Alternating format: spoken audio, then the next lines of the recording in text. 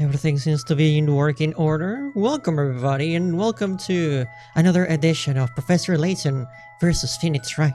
That is correct everybody, we're gonna continue our adventure featuring the Professor and the Attorney. I am pretty interested to know where the story is gonna go because last time things were getting pretty interesting. I hope everyone's having a fantastic day, and if that's not the case, well, that's what I'm here for everybody. Before us sat the Grand Grimoire. However, the content of one of its pages was rather different to the other pages. A most puzzling message had been placed within the tome. Was our arrival in this strange place foreseen? The first order of business was to solve the puzzle behind this strange message.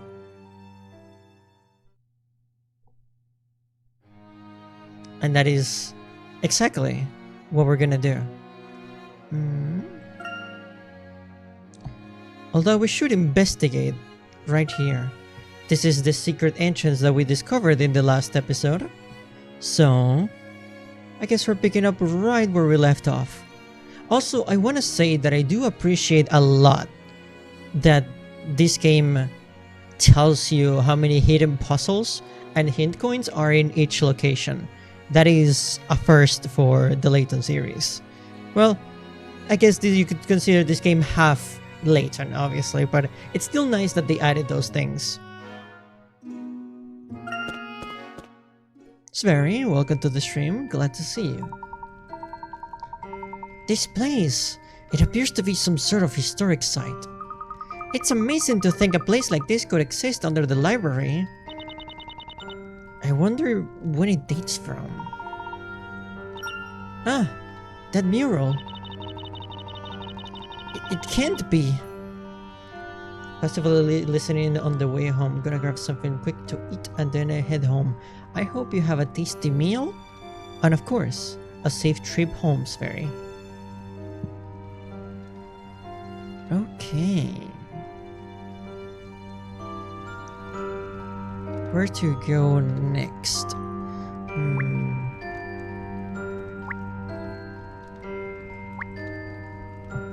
Any... Oh, indeed, hint coins. We have reached 69 hint coins. Nice.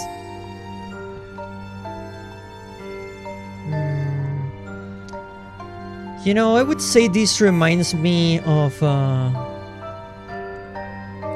the temples that we discovered in Miracle Mask and of course Astran Legacy, but there is no bluish neon glow anywhere, so no, I don't think the Astron were responsible for this. 70, 71. The ceiling around here caved in. Something is written here, but the letters are too worn away by time to be legible. This wall painting is a bit scary, isn't it? A monster attacking a burning town. There's also a woman hurling fire. I suppose she must be a witch. That woman is the Great Witch. Miss Mystere? This certainly doesn't bode well. A painting of the Great Witch here. Do you know anything about the witch in this painting? Also, I truly wonder if the name of this witch is a reference to Street Mystere, the town from the first Professor Layton game, where pretty much everything takes place. You don't know of the Great Witch? But how can that possibly be from a man of your learning? Well, that's... never mind. I'm sure you must have your reasons.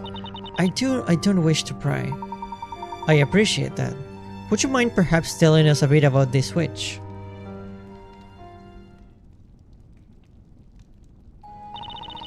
The woman in this painting is the Great Witch Bezella. And this painting depicts the famous legendary fire that she caused. The legendary fire. We've heard that before. In the previous episode, there was a character telling us about the legendary fire that almost destroyed the town. She is the witch in charge of all witches, whose very existence poses the greatest threat known to the Labyrinthia. The great witch Bezella cannot be considered the same as other witches. She is the root of all Labyrinthia's woes. The great witch Bezella.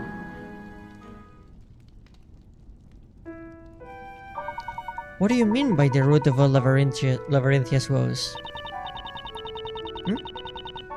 Hey Blaze, welcome to the stream, my friend. I hope your day is treating you nicely. It is a pleasure to have you here. We are going through some most puzzling events, you could say. Lies in the very existence of the Great Witch Bezella. Would you mind elaborating?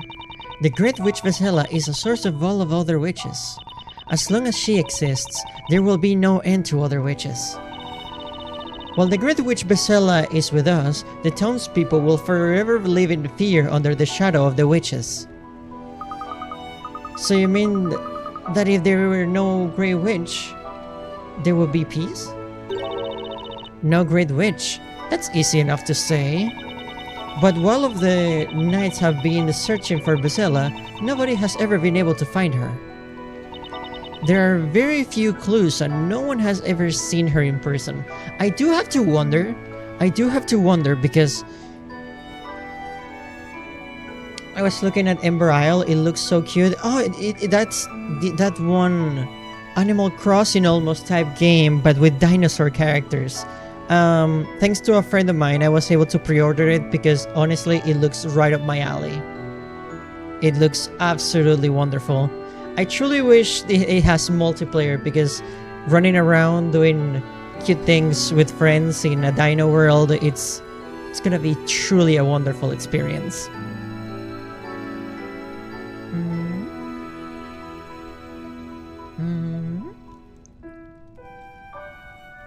Okay. Here we go. Nevertheless, the Great Witch Bezella is undoubtedly present in Labyrinthia. How can you be so certain? Speaking of Ember Isle, is it made by the same people who made Paleopines? Because it's a very similar art style with chibi colorful dinosaurs. It does give me a similar vibe to it.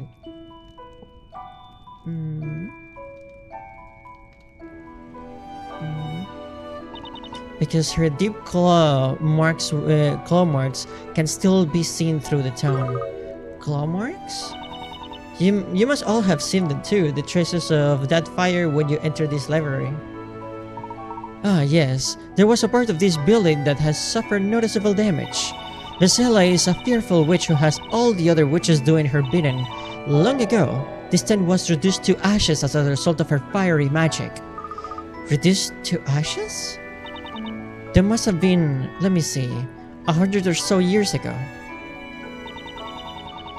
It was on the evening of the Fire Festival, held every year in honor of the Great Witch Bezella. The Great Witch's fury was unleashed without warning as the entire town burned. That's terrible. That was the legendary fire. Every person in this town knows about it. The legendary fire. The rebuilding of the town was a long and arduous process, and all the while Bezella must have been watching and laughing from the shadows. That's awful. Even now, the legend of long ago continues to cause real suffering amongst the townsfolk. To think that a painting of that fearful witch could be right here in the basement of my beloved library. What is it doing here of all places?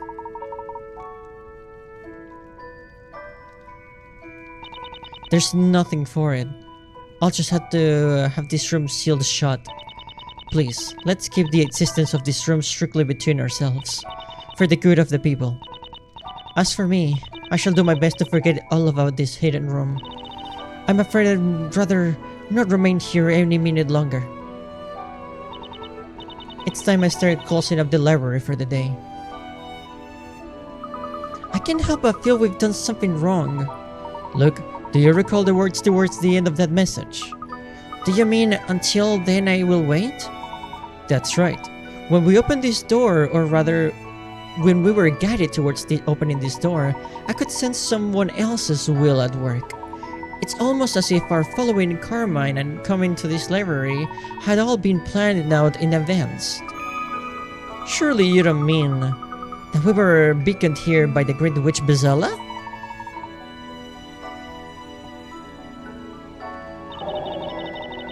Bezella. Cutscene.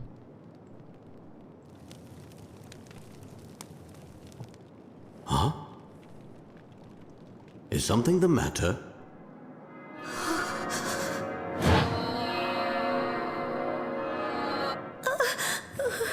Are you feeling all right, Espella? Yes, I'm fine, really.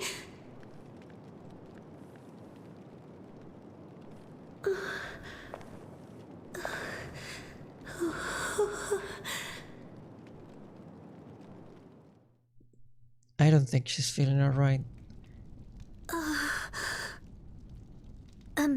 Espella?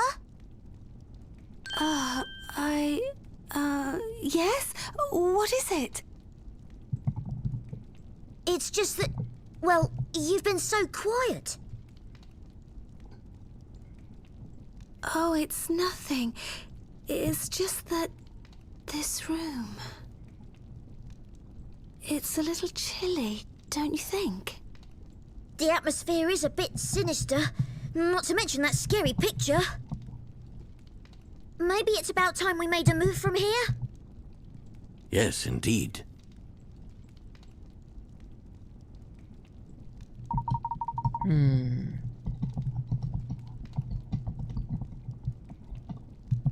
If I had to guess, it's obvious that the events of the legendary fire hat is Espella very shaken, but there may be more to it because Espella is a target of the Great Witch after all.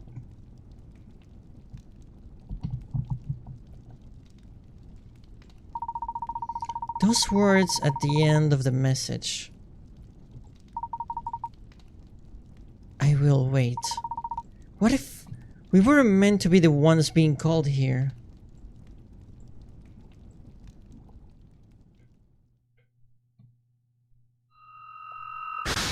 And that's mystery number 6 and an update on mystery number 4.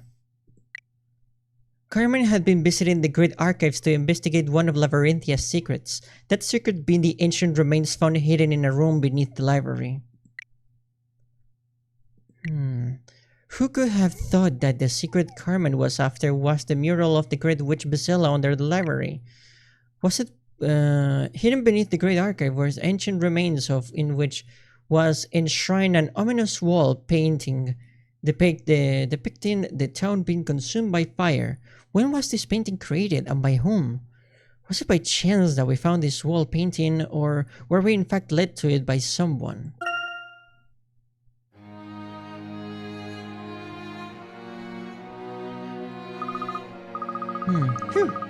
It's much more relaxing here, isn't it? It feels so intense and claustrophobic down there. Yes, it certainly did. Today has been full of surprises. Not only did I meet up with you two again, but we also found that mural in the library. It seems that this town really does hold a mysterious secret, doesn't it? What shall we do now? I'd certainly like to learn more about this magic. We've been here for quite some time. It must be getting late. It's probably best if we wind up our investigation for today and take a rest. I will say, Professor Layton's in general, and this is coming from a Professor Layton fan, I personally do not have much experience with the Ace Attorney series, but at least from the Professor Layton side of things, when it comes to magic, it's always presented as something beyond its explanation, but later on we figure out that was science or some sort of mechanism or some sort of secret to it. There's a logical explanation for it. When it comes to something like witches, I guess we'll have to see how that goes. Because Layton always has a logical explanation for things that seem to be magic or mystical.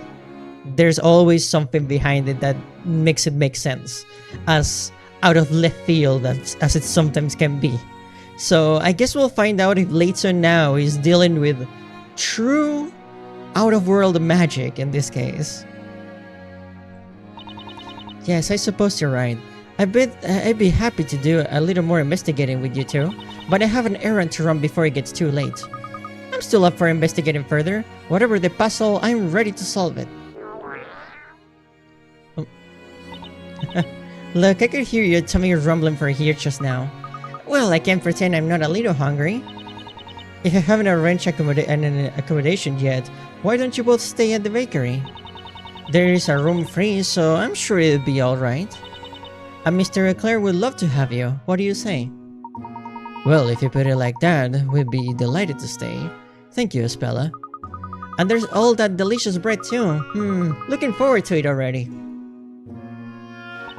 Professor Layton, do you have to be going? Yes, sorry for all the trouble I put you to. Not at all, although I still can't get used to there being a secret room under the library. It's been a while since It's been a while since I last met someone capable of solving my puzzles. And as I promised, you have my permission to borrow the Great Grimoire. If you have any need for it in the future, please do drop by and let me know. Thank you very much, Miss Mystere. It's been a pleasure. Oh, there's just one more thing. I have all of Labyrinthia's puzzles stored here in this library. As you continue with your investigation here in Labyrinthia, there will likely be puzzles that you cannot solve or which you cannot find. Such puzzles will come to me. So, okay. So this, I guess, Riddle here is taking the job of the Granny Riddleton in the Professor Layton games, where if you miss a puzzle, because there are hidden puzzles in the overworld, you can come back to her and she'll have them for you to solve in case you missed any of them. Especially since some Professor Layton chapters require a specific number of puzzles to let you advance, so it's pretty useful. Anytime you wish to solve puzzles, just visit me and I will show them to you. Puzzles that we cannot solve or to find, you say? Very well. Then I look forward to seeing you again. I'll be waiting. Please take care on your way home. It's already become dark out there. And if I remember rightly, the storyteller's latest story did mention the evening. You take care too. Until we meet again, Miss Mystere. Okay, I guess I will check if I'm missing any puzzles at all.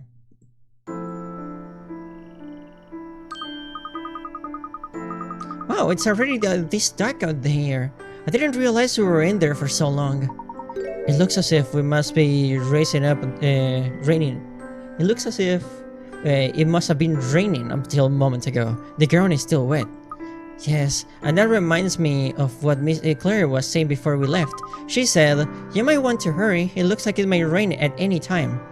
Well, I guess we missed the rain by being inside the library then. Let's get a move on. You too, Espella? Hey, where is she? That's strange, she's not here. She did mention she had something to take care of before calling it a day though. I wonder where she could have gone. Perhaps she's still at the Great Archive.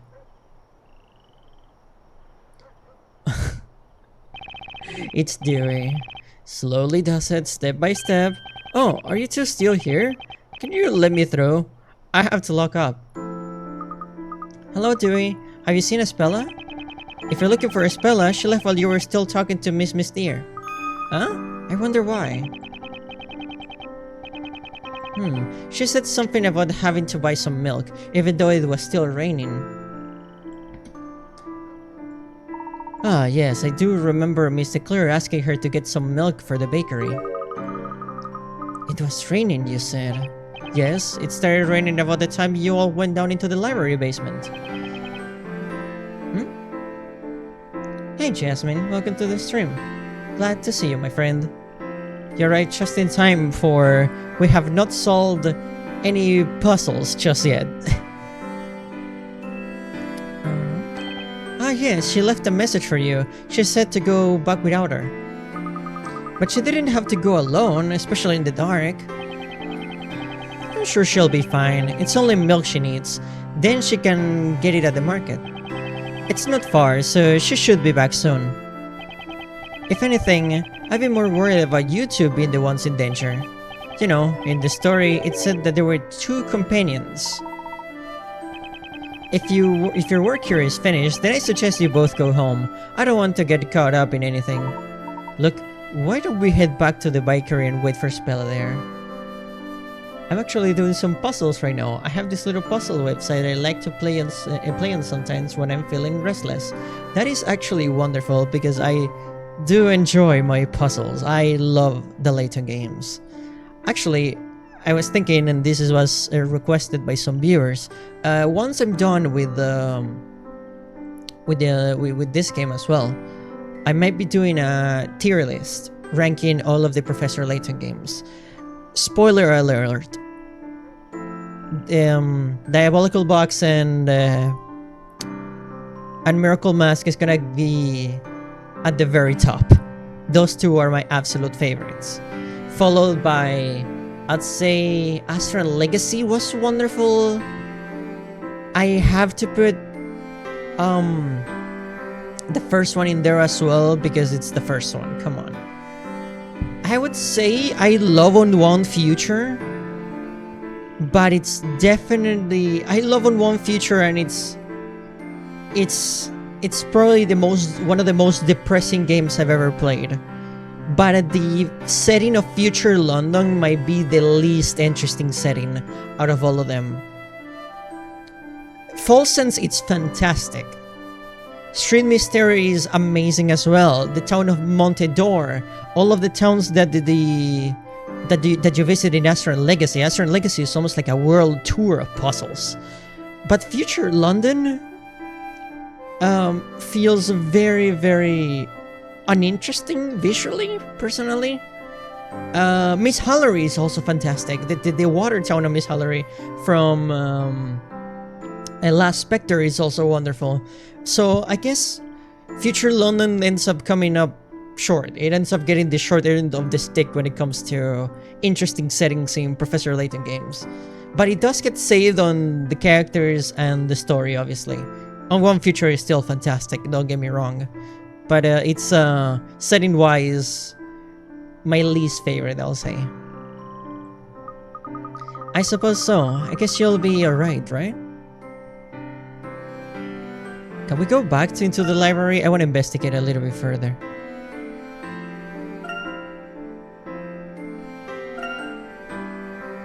I don't think so. It seems to be closed, unfortunately.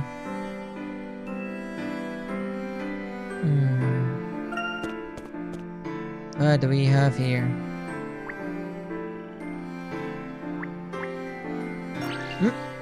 A puzzle? Our first puzzle of the day. No, it's pitch black. I can't go home when it's so dark. I don't think it's so dark with all these lights around. Lights. Yes, that's right, the lights. I'm having trouble with the lights in my house. It's so dark in there. Huh?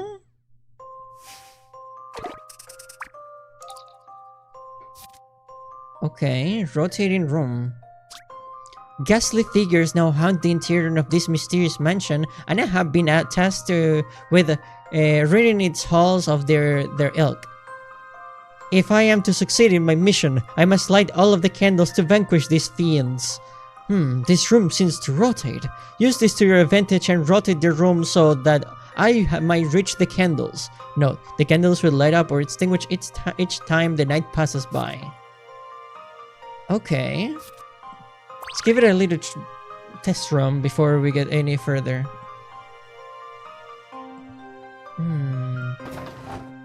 Okay. Okay, that's actually adorable.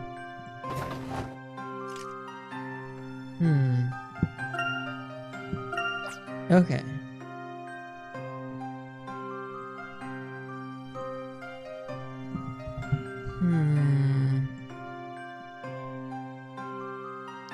There are already some of them that are already lit up. I want to start with that one. I guess we were in the right track before.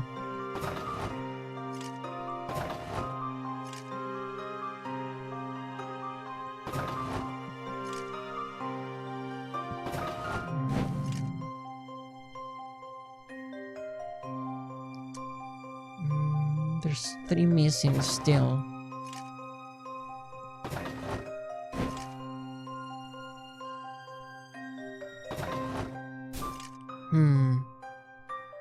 But I don't see any other way of getting to it.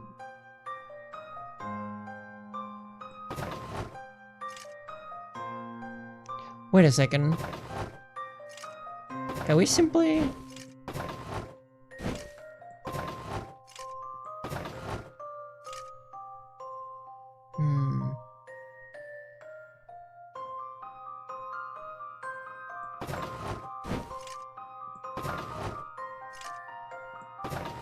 And just like that, there we Don't worry. go. Leave this one to me. That's the one. Professor, I did it! Marvelous. That was a fun puzzle, actually. A really nice one to start with. Now you can return to Bradley Lane house. If it is as bright as this, then I got nothing to worry about. So bright that I can even tell it's my house from afar. Shining so very brightly. No, it can't be so bright. If my house is that bright, it's bound to get noticed by the witch. And then I'll be doomed. Oh. These gentlemen. There's no winning with you, my friend. Now excuse me as I drink some water. For this is a Ted's dialogue that just very Ted's heavy game, and having to read so many dialogues does do a number on your throat. Who are you? Francesca, Hannah, Lillian, my dear friends, I am ever so sad. Oh. Her hair just changed with her expression. That's interesting. Soon the four of us will be forced to part ways. Is this the pawnbroker's shop, isn't it? What seems to be the matter? Oh my! Is that concerning your boy, so gentle sir? If you have but a moment, allow me to explain my ever so woesome woe. The family coffers are not brimming with coin as they once were, I'm afraid. So I've come to sell my ever so dearest friends. Sell your friends? Indeed, and lifelong friends at that. Oh, indeed, gentle sir. However, my friends are ever so picky about where they stay. Pray, would you be able to put them into their proper rooms? Friends? Oh, it's okay, that's a relief. It's dolls. Okay. It's a dollhouse. Nothing to worry about here. A set of very stubborn dolls have requested help in assigning each of them a room. Touch asked to find out each of the dolls' criteria for a perfect room and then place them into rooms based on what they say. Remember that each doll speaks for its entire color set. Okay, so all the blue ones have a certain specifications, all the yellow ones... Okay. Good.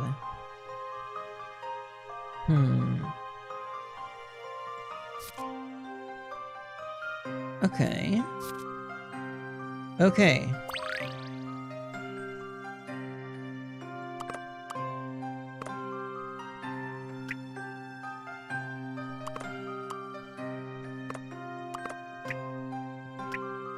Okay. Doll A says, I really want a room on the top floor.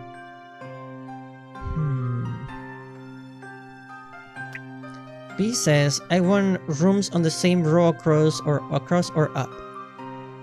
C says, no way I'm staying in a room next to A. And D says, it'd be nice if F had rooms below mine.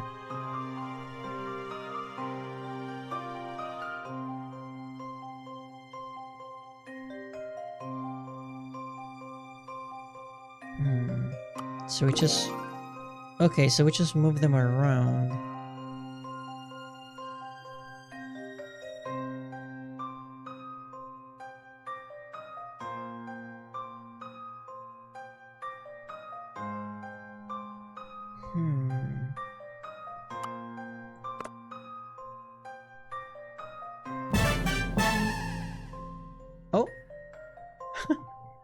Thanks so much for the follow, my friend. It is a pleasure to have you here. We are in the middle of solving quite the puzzle here. Asking these little dolls what kind of house they would like in their little doll house. Thank you so much for the follow, seriously.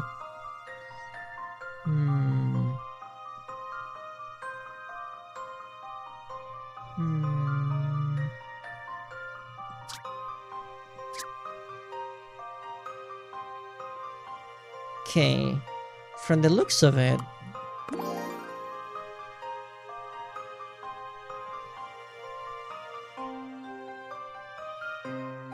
hold on, let me restart because I get the feeling this can be solved with a single step looking at this.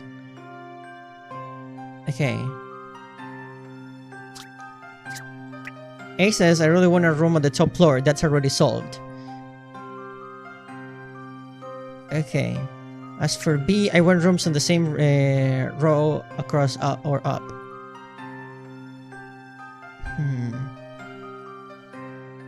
Which we can solve. I just put in B right there. Because if you see all the rooms with the letter B, they're all forming almost like a letter L in a way. They're all across and up. C says, no way I'm staying in a room next to A.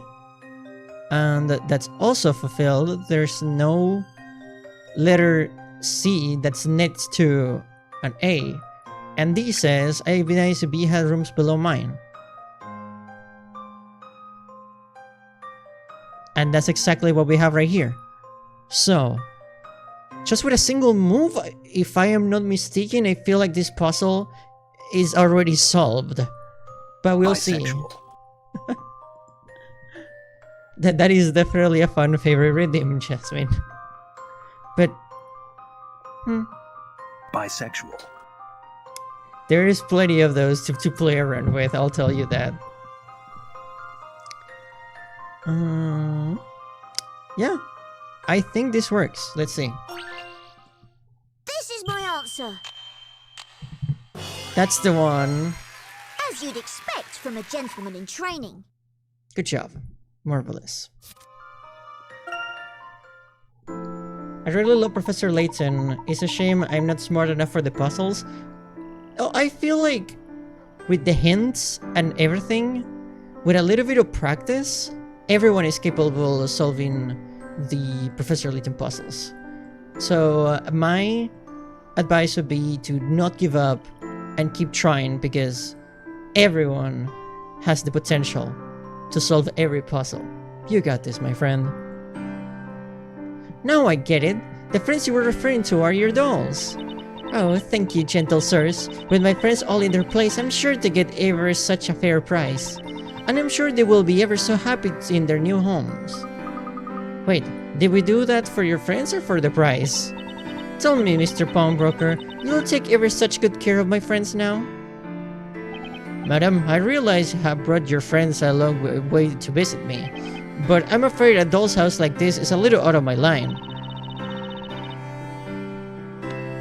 Okay, you win. I'll take them off your hands. Wonderful. Thank you ever so much, Mr. Pawnbroker. Also, no worries about the bisexual distraction. It's more than welcome. As a puzzle connoisseur, I would not allow someone to ever say they're not smart enough for puzzles. Everyone has a different and valuable perspective on puzzles. Everyone has different strengths and weaknesses, and how someone approaches a puzzle, even if the struggle, is always a worthwhile thing to explore. I couldn't have put it better myself, Jasmine. She might be laughing, but I could certainly sense the tension in that transaction. Haughty love of authority, perhaps. Okay, where are we going now? Is there any hint coins in this area? I seriously doubt it, I think.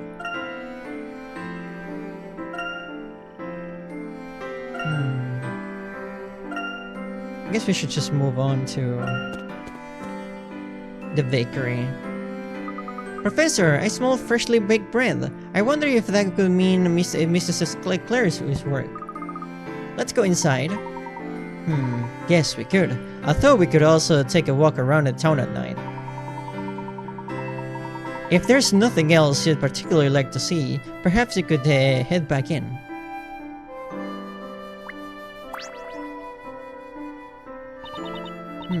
Evening, gents. Isn't Spella with you? Do you know Spella? Do I know her? There isn't a person in this town who doesn't know Spella. I didn't realize she was so famous. I've known some ignorant people, but you two really do take the biscuit. No need to be rude about it, sir. If you knew her better, then I thought you'd be spending so much time with her. What's that supposed to mean? Spella is a lovely person. I don't know how you can say that. Personally, I don't enjoy talking about her in that way either. That was definitely uncalled for. But there must be a reason for it, I guess. Aha, welcome back. I prepared the evening meal already. Wow, it looks great. Hang on, where is Spella? For those who don't know, yes, Maya and Phoenix are working in the bakery here. I'm afraid we were separated when she went to get that milk. She has not come back yet? Oh dear, maybe I was asking too much of her. My apologies. I should have stopped her when I had the chance. It's nothing you need to worry, Mr. Layton. That girl knows her way around. I'm sure she'll be back soon. Let's go ahead and eat while waiting for her.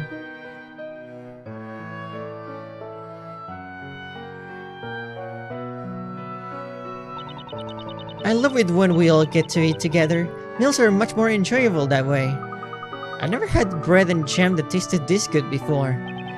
I hope Spella gets back soon. Something that I've been mentioning before in the previous episodes of this stream series is that my only gripe with this so far is the lack of a unified art style, because especially Luke standing next to Phoenix and Maya looks so out of place. I don't know, it looks strange. Oh yeah, you guys went out to the Great Archive with her, didn't you? Did you find out what you were looking for? Well, it's a bit of a mystery, really. What do you mean? In truth, we went there to investigate the mystery of that labyrinthia. However, what we found instead was quite the puzzle. Alright, a puzzle, huh? You know, I get the impression puzzles are pretty popular in this town. Do you not know what a puzzle is, Nick? Not that I know exactly. Well, we spend all our time baking. It's not really the kind of thing we're supposed to know about, I guess. Indeed, it appears that the two of you are a little unsure about the concept of puzzles. Say, Mr. Layton, do you think you could give us a little puzzle 101 crash course? I'm kinda curious. In fact, they actually made Herschel more stylish in this game because of the art style differences. There's an art book out there showing how Phoenix and Maya would have looked like in the Professor Layton's art style and what would Herschel in the Ace Attorney art style. You know what would have been interesting? You know what would have made this game an all-time legend? If you had both. In Professor Layton sections, everyone looks more cartoony like a Professor Layton character. In the Ace Attorney trials, everyone looks like an Ace Attorney character. I feel like that would have made it legendary. You will have appeased everyone with that. But I guess we have a little bit of a mishmash here. It would be my pleasure, Miss Faye, but rather than explaining it with words, I believe actually trying your hand at a puzzle will be far more rewarding. Here, I'll give you both a simple example to think about. Now then, here we have two long loaves of bread placed side by side. you'll notice that they form the number 11. Do you see what I mean? Oh yeah, I get it. So that's what the puzzle is. Not quite, Miss Faye. The puzzle is what follows next.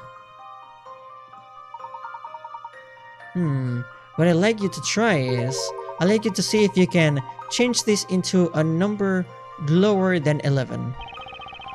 A number lower? So what if I take one of the loaves? However, the condition is that you must add another loaf of exactly the same type. You need to add another loaf? Even though we add a loaf, the number has to be lower. I think I'm beginning to see what you mean by puzzle. Wait, I think I got it. I might just be a baker, but I bet I have the right answer.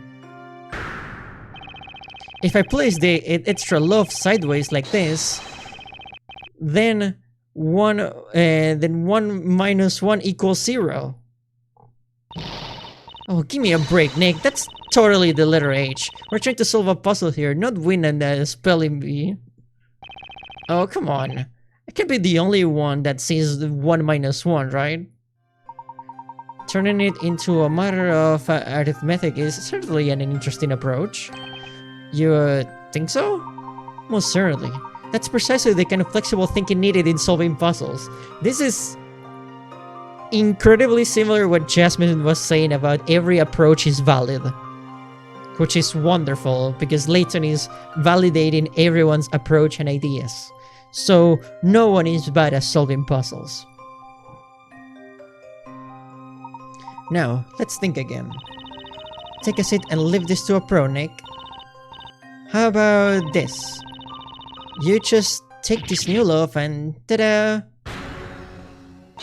Now that's 1 minus 1. Hey! Eating is cheating! Really? Because it felt more like winning to me. You're full of surprises, Miss Faye. I didn't expect that kind of innovation. Wow. I just solved the puzzle and enjoyed the bread. Win-win, baby! But didn't Miss Layton tell us at the start that we need to add another loaf of bread of the exact same type? Huh? Seriously? That's right. Unfortunately, I'm afraid I can't accept this as a solution to the puzzle. Well, alright, but is there really any other better solution? Well, what do you think? Can either of you think of a different solution? I'm drawing a blank. I guess this kind of thing just isn't for me. You both came up with such creative answers. I'm sure you'll be solving puzzles in no time. But now it's time for the solution. The important thing in this puzzle solution is the angle of the loaf that is that is added. If the new loaf is placed upright like so. Oh, I get it. It's the number 1.1, right? Hey, that's right. That's a lot lower than 11. Exactly. When solving puzzles, there is never just one correct method. It's essential to think flexibly and try many means to solve it. Sometimes critical thinking is the key to success. Right, I see what you mean. These puzzles are really something else. Well, if I see another puzzle like this, I'd still rather eat my way to the solution. You know, I don't think I'm cut out for brain-busting bread puzzles like this. I'll stick with good old regular bread, thanks. That's because we're ace bakers. I guess we're better suited to using our hands than our heads. Is that so? In truth, I can't help but feel you're both a little out of place as bakers, if you pardon my saying so. Naturally, I won't force puzzles upon you, but if either of you should be interested, I would wholeheartedly recommend giving puzzle solving a try. Professor, right now there's something else we all need to try. Mrs. Eclair freshly baked bread is getting cold, and I'm sure it tastes better hot. Oh dear, so it is. You know how it can get when it comes to puzzles. Well, young man, I must say it's a pleasure to have someone that shows such appreciation for my baking. When it comes to your bread, Miss Eclair, there's no limit to how much I could eat. Hmm? Luke? You shouldn't have said that. Hmm? My intro, darling. Well then, in that case, I suppose you'll just have to bring out my special reserve. Hold on a moment and I go fetch it. Why do I get the feeling that Luke just made a terrible mistake? Right, I think it's time I started preparing tomorrow's bread. Yes, me too. I'm sure it must be that time already.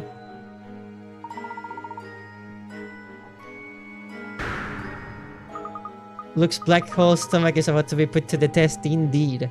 But Professor, what was that all about?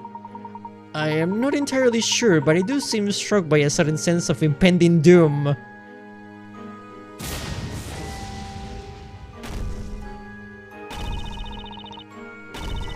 Oh no. Sorry to have kept you waiting. There you go. Have at it, but be warned. I won't take kindly to any leftovers. Oh my. Whoa, this loaf. Wait, where did those two go? Miss Maya? Mr. Wright? Look, it would appear that we have been left to tackle this particular task alone.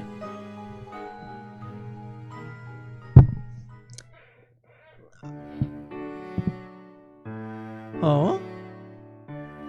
Phew, I'm stuffed. I believe this must be the most bread I have ever eaten in my life. The bread cube. Wait a sec, I just realized. We finished eating, but Espella isn't back yet. She went to the market, didn't she? Perhaps she ought to go and... Oh my, customers are this late hour? I'm sorry, but we're closed. That's him! That man over there. So he's the one, is he? Just a minute, what do you think you're doing barging in here like this? Stand aside, madam. This is a matter of urgency. What are you going to do? You there! Porcupine head. You're coming with us. Huh? Porcupine head? You don't mean me, do you? Who else in this room fits that description? Certainly, you would appear to be alone on that particular front. I wish I had the top hat right about now. Enough of your idle chit-chat. Time to get going. Huh? What do you mean? Well, it should be quite obvious. You're coming to the court, of course. The... court? What? Mr. Wright, what did you do? Yeah, Nick, what did you do? I didn't do anything. The only thing you could accuse me of is making bread that's too good to eat. This man is not the one who's on trial. In that case, why is Mr. Wright being made to go to court? That's simple. Because the girl has requested him, of course. Girl? What girl? Naturally, the girl facing trial for this evening's crime. It seems like we're about to stop the Professor Layton part and enter another Phoenix Wright part. That heinous witch, Miss Espella Cantavella, no less.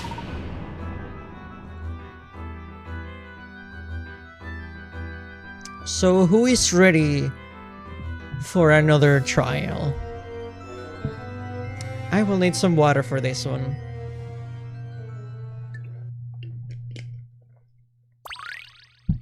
I only missed 2 puzzles. That's actually pretty nice. Or pretty bad. It's almost like... It's almost like getting... It's almost like doing a test. And you get a 9 instead of a 10. And I feel like, okay, a 9 is an excellent mark, but I was so close to that 10. That's how I feel like right now. It's just 2 puzzles, but it was just 2 puzzles.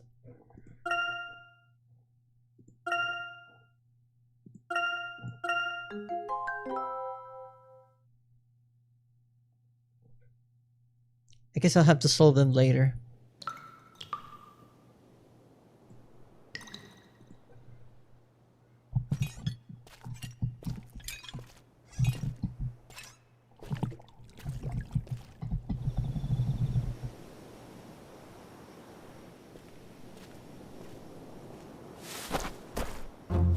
don't want no fuss and we don't want to hurt you, all right?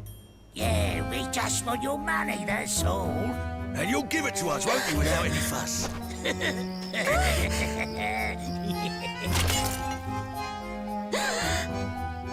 Ichnaze!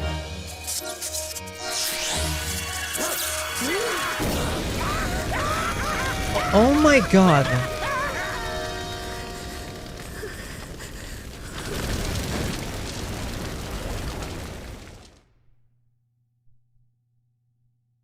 Are those two dead?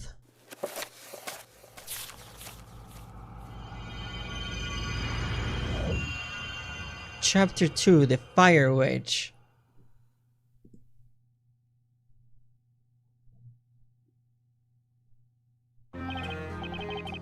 Okay, we're in Phoenix perspective now. Fair enough, they shouldn't have done that. That is true, but I was not expecting them to get incinerated.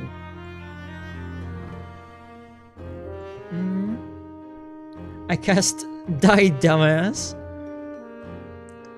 But what is this place? The room is lit, but there's still somehow...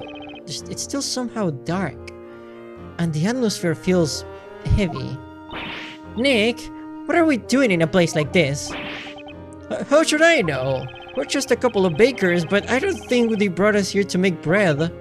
Yikes, you sent me off that cart staring daggers at us right now. Mr. Wright, Maya. Oh, Espella, what exactly is going on? I'm sorry. I was the one who sent for both of you. You sent for us? I'm being put in trial. Wait, what? What happened? I don't know. I just don't understand what's going on. I didn't do anything wrong. I couldn't possibly murder anyone. Murder? Oh my god, that dialogue is incredibly similar to the first day Nick goes to defend someone. Is that true? I guess I'll find out once I actually go through the Ace Attorney games. That has to be intentional. It probably is. I beg you, Mr. Wright. Please, I need your help. Just one more time. Huh? You need my help? What could I possibly do? Have Phoenix and Maya forgotten? When they entered Labyrinthia, did they just forgot they were attorneys? Espella, I'm just a baker. The only thing I know about law is how not to get in the wrong side of it. Wait, hold on a sec. Espella. I wonder when their amnesia will be explained. True. What did you just say? You said you needed Nick's help one more time? One more time? I'm not quite sure myself, but when the knights came and took me, a vision suddenly appeared in my mind. It was Mr. Wright. He was fighting for me, defending me. That great blue figure, it was clear as day. It was... I was fighting for you? No way, that's impossible. I mean, it's like I said, I'm just a baker. I have a hard time enough rolling dough, let alone defending someone in court. I thought the same thing too at first, but I don't think that's quite true. You and Mr. Maya, at some time somewhere, you helped me. You fought for me as a defender. A defender? What's wrong, Nick? I wish I knew, Maya. But hearing Espella mention a defender, I can't help but feel something inside of me just burning at the mention of it. Accused! Defender! It is time! Head forth, you two! Head forth? Where are we going exactly? To the courtroom in which today's trial will be taking place, the Chamber of Fire. Chamber of Fire? Make haste. If you are but a moment late, a guilty verdict will be delivered immediately. What? No way. Mr. Wright, I'm truly sorry, Mr. Wright. I know this is all so sudden. It's a lost cause, isn't it? Well then, let's head inside, Espella. Huh? this overwhelming pressure. It feels so familiar somehow, almost like a déjà vu. Mr. Wright. Let's go, Maya.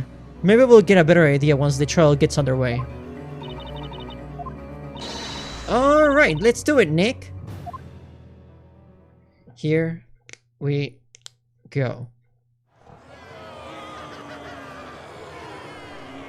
What is this heat? It's like an oven in here. I will now pronounce the verdict. This court finds the accused guilty of being a witch. No! I'm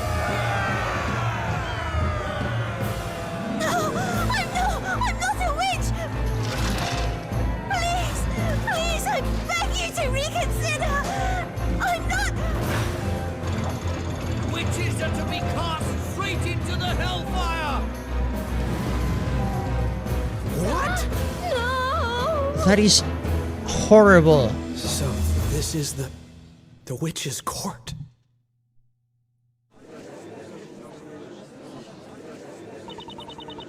That was kind of hard to see. That was kind of hard to watch.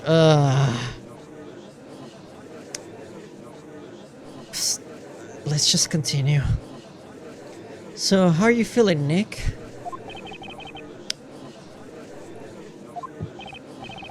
I'd forgotten what this felt like up until now. Huh? The butterflies in my stomach and the tension so thick you could slice it with a knife. All of these feelings. These are all feelings that I'm definitely familiar with. Anyway, we're here to fight for Espella and get her out of this place. Yeah, classic witch burning. That's right. The court is now in session for the trial of Espella Cantabella. Defender.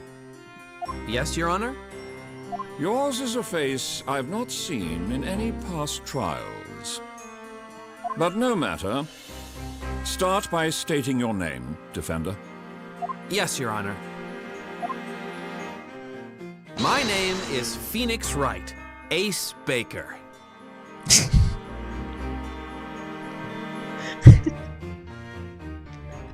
Sorry, that got me. A baker?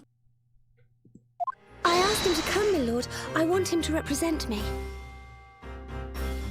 This court dictates that the accused is free to assign a defender of their choosing, my lord. Very well. At any rate, the result of this trial shall not change. That aside, I've not yet seen hide nor hair of the Inquisitor assigned to this trial. Inquisitor? Oh, right. I should have noticed earlier. No one's there. Should the assigned Inquisitor fail to appear in court, I will have no choice but to dismiss all charges. He is an Inquisitor of high caliber, but if he does not come forward soon, this trial will end, and victory will then be declared in favor of this baker. Hold it!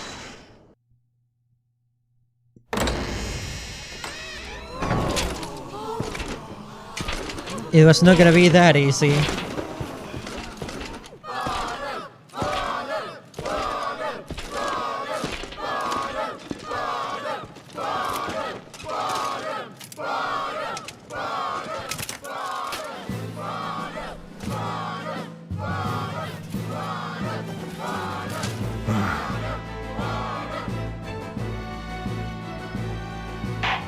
Knights of the court, I have but one question for you both. Are you prepared to cross swords? I, Inquisitor Zacharias Barnum, am indeed prepared to do battle, my lord.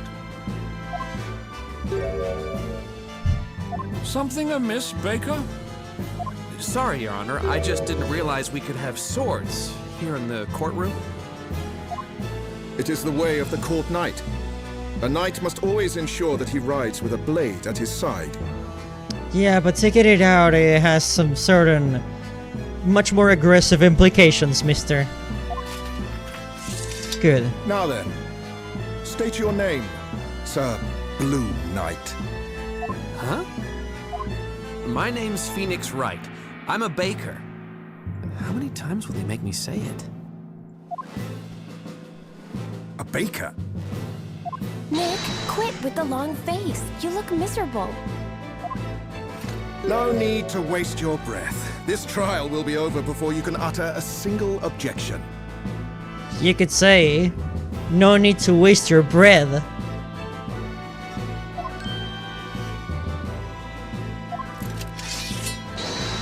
For the security of all of Labyrinthia, my blade shall rend your defenses swiftly and without mercy.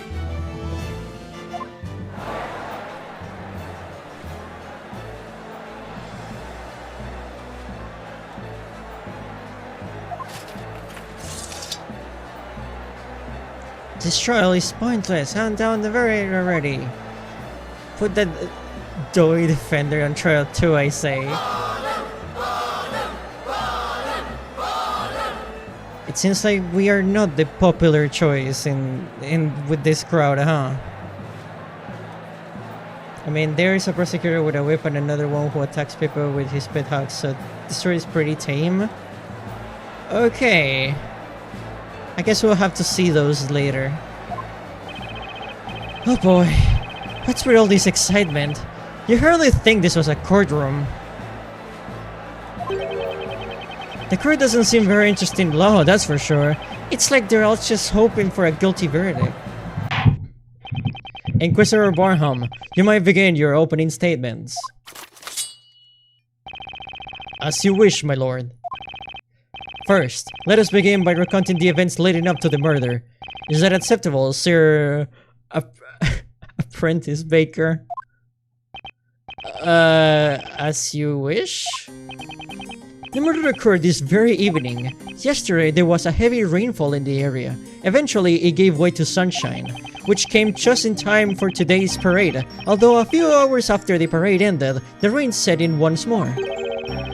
That must have been when Espella and the others were at the Green Archive. It continued to rain until just before the incident, which took place on a small path leading onto the market. The accused had been out doing some shopping at the market. She returned home on that very same path. And on the forest path, two rogues named Robs and Mugs. Robs and Mugs are said to have been accosted the accused. One could assume the accused simply acted in self-defense. I see. Robs and Mugs. Those two have appeared in the court a number of times in the past. Two rogues, huh? So far, it might appear that the accused was more the victim. However, the situation soon changed. That's right. The accused, Espella Cantavella, knowingly and mercilessly murdered her two assailants.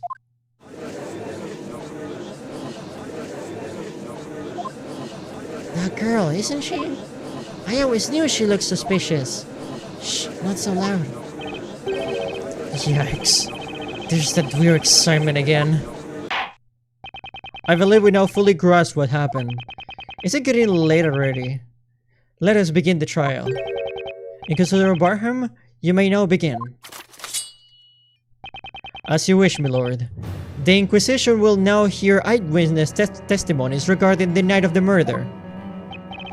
Eyewitness testimony, huh? Looks like this trial is finally getting underway. I can't back down now. I have to fight. But I'm just a simple bread-making baker. Living a simple bread-making life. Ugh. This situation is more twisted than a pretzel, and I'm smack in the middle of it. But I have to do this to save Espella. Okay, let's see if I can untwist this testimony and put this thing to bed. I mean, to bread.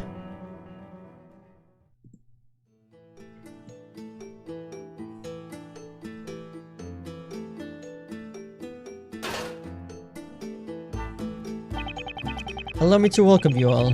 Now, would each of you please state your name and occupation? Hold it! Wait a minute. What's going on here? As I read it, it's plain, Sir Apprentice Baker. This is the eyewitness testimony. Yes, I understand that, but there are 4 witnesses. Indeed, this many people inside the courtroom could pose a health and safety issue. Your Honor, that's not quite what I meant. Witness testimonies are supposed to be done one by one, as in what witness at a time. I feel so bad for that poor sheep. What are you talking about, child? We'll be here all night if we did that. That's right, young man. We have witnessed the very hand of fate reach out to us this evening. Could we hurry this along, perhaps? These flowers won't sell themselves, as much as of my boss wishes they would. The path to knighthood is an arduous one, but I remain steadfast in my resolve as I travel down this long road. I shall not falter, I will be victorious. Who cares, just question them all at once. We already know the girl in the cage did it, let's get on with it. Yeah, finish this already, I'd like to go back home and get to bed.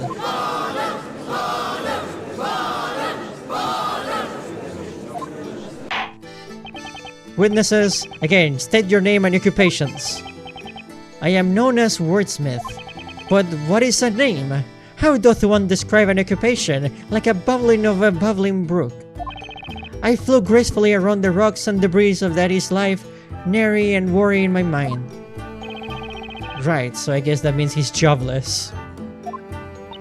My name is Mary, and this darling kid here is Snowy. Bah. Snowy and I often travel to the edge of town to sell delicious fresh milk. Milk like that doesn't happen overnight. I work my hands to the bone, squeezing each drop out. Literally. That sounds pretty frightening. I'm Kira. I'm a flower seller. If you will be also kind, feel free to purchase one of my beautiful flowers at any time during the trial. There's no way I'll sell them all by morning. Oh, the life of a flower girl is so hard. Yeesh, talk about a hard sell. My name is... Nidal? Nidal. I am to join our town's order of knights. I study night and day through I am but by a mere squire. Joining the Knights of the Inquisition is my life's ambition, and I, Nidal, will do whatever necessary to join. So he's jobless too. I do enjoy how Phoenix is deconstructing all of them. Honorable witnesses, I ask that you show this court your best when delivering your testimonies. Now, tell us what exactly you saw on this ill-fated eve. Here we go. Brutally, but honestly. The delicious scent of mid-evening dinner permeated the air, and the soft light shone faintly in the distance. Max grabbed the girl by the arm. It looked like he almost pushed her to the ground. Oh my god, leave that poor sheep alone. I heard a faint voice cry out. The next moment, those two villainous men burst into flames. There was not a trace of the fire to be seen in the area. Without a doubt, magic must have been used. Magic. Sir Apprentice Baker, you may now begin your interrogation. I have but one piece of advice. I suggest you pay heed. Do not waste the court's time by grilling these witnesses or irrelevant nonsense, Sir Apprentice Baker. Are you alright, Nick? They sure love calling you Apprentice Baker, huh? I'll be honest with you, Maya. I have no idea how I'm feeling right now, but I know it's all up to me. As her defender, Spella's fate is in my hands. I had to believe in her, and I need to start believing in myself. I can do this. I believe Spella is innocent, and I'll fight until the end to prove it. Yeah, that's the spirit. We can do this thing, Nick. Cross-examination. What we saw tonight.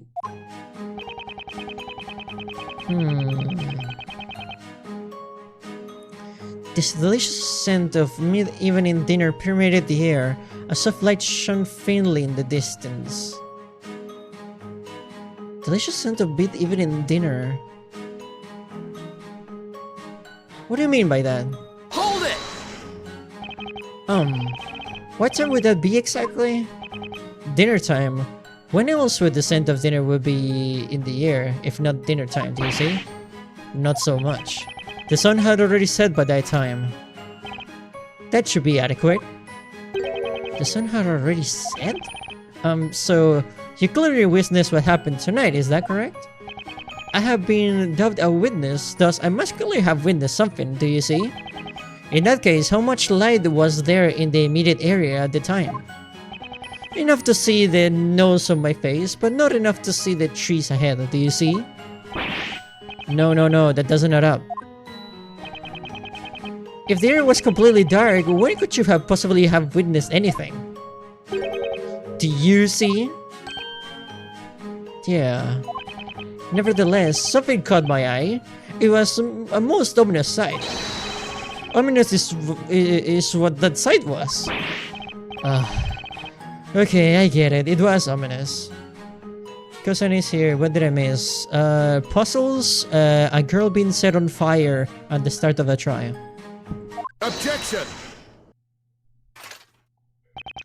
Poor form, Sir Apprentice Baker.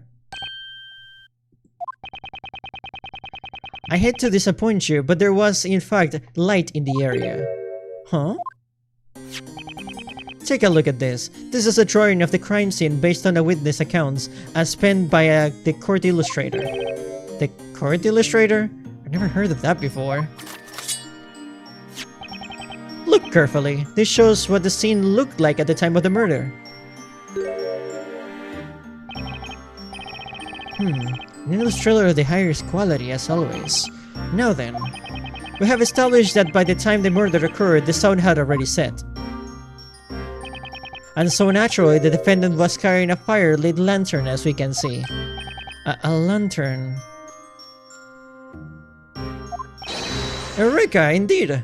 Yes, that is what I was saying earlier. There was a lantern I say. Oh, please, you totally forgot. To be honest, I did not imagine it would be necessary to present this, but...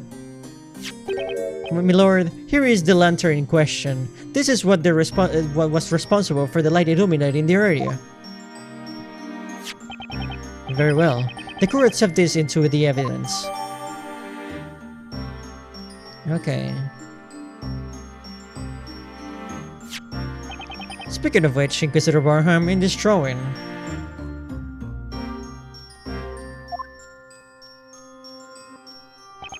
The accused seems to be holding a milk bucket of sorts. What became of this? That is a strange case indeed, my lord. That bucket seemingly disappeared from the murder scene.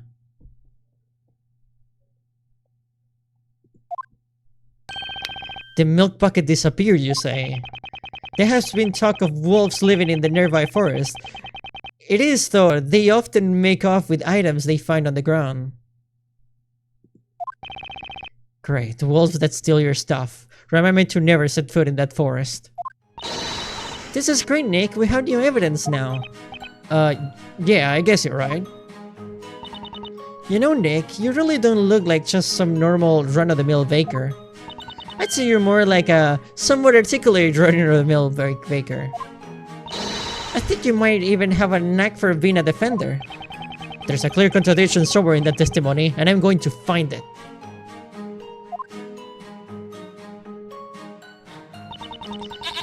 Okay.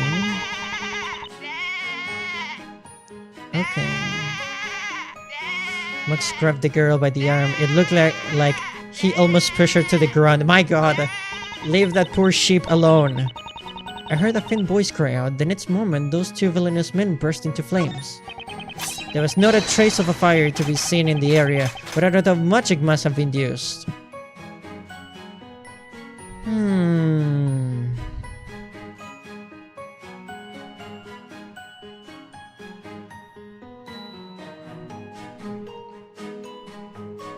But they did say there were...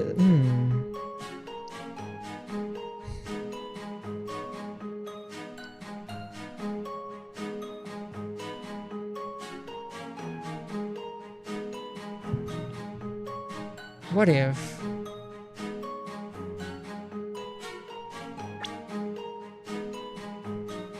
Charges. The use of witchcraft to burn down 2 male victims alive. The lantern Spilla was holding. The glass is broken and it's covered in mud.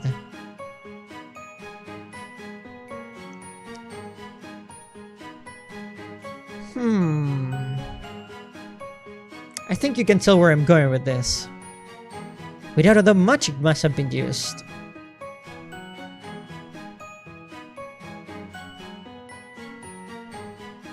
Objection!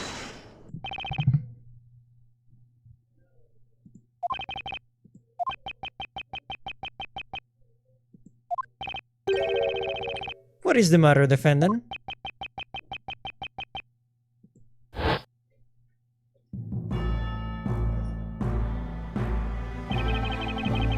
What is... Oh, hey! Hey Will, welcome to the stream. Hell yeah. It's just yours to shout at right from the... Oh. That came naturally to him and did. I'm glad to hear you're free, Will. And welcome to the stream, of course. That's it. I remember now. I remember everything. The League of Attorneys exchange, as well as trial, and then that strange book. This feeling. I feel like I can take on the world. Witness? What is this with the sudden pointing? I am soon to be member of the Honorable Knights of the Inquisition. I accept your challenge. How about you? You say there was no fire present at the scene of the crime, meaning the defendant must have used magic. Unfortunately for you, that is not the case. What do you mean, Sir Apprentice Baker? What I mean is that the defendant was in fact carrying a lantern containing fire. Those 2 rogues were actually burned by the flames that was inside that lantern. That's the only logical explanation.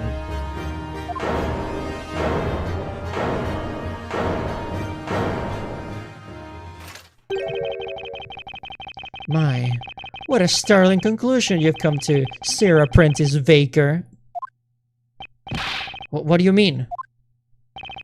The only logical explanation. Do you agree with that statement, honorable witnesses? It is presumptuous for a man that knows nothing to claim that he knows something about a which he really knows nothing. Huh? Besides, how could one teeny tiny flame be strong enough to send both ablaze like that? There were 2 of them. How could that flame engulf them so fast? Furthermore, if they did burn as you claim they did, do you mean to suggest that they were soaked in oil or something? Oh. Well, Sir Blue Knight, it would seem you have bitten more than you can chew. I definitely didn't see that coming. What say you, my lord? Do you have any thoughts on the proceeding thus far? Given the testimonies as we've heard it, this court has come to a conclusion. It was truly gruesome and merciless act, an act for which only one thing could be held responsible. The nefarious crime of magic. Hold it! Wait, it's this the game with the man who slams down his leg with a wine glass in his hand? And we still haven't gotten to that part, I think. Wait just a second. Is there something you have forgotten to mention, Defender? Not exactly, Your Honor. It's just that, I mean, you just said magic. That can't be right, can it? What are you suggesting, Sir Apprentice Baker? Ah, that's a different game? Okay. Yeah, no, I haven't played any of the Ace Attorney games. Yet.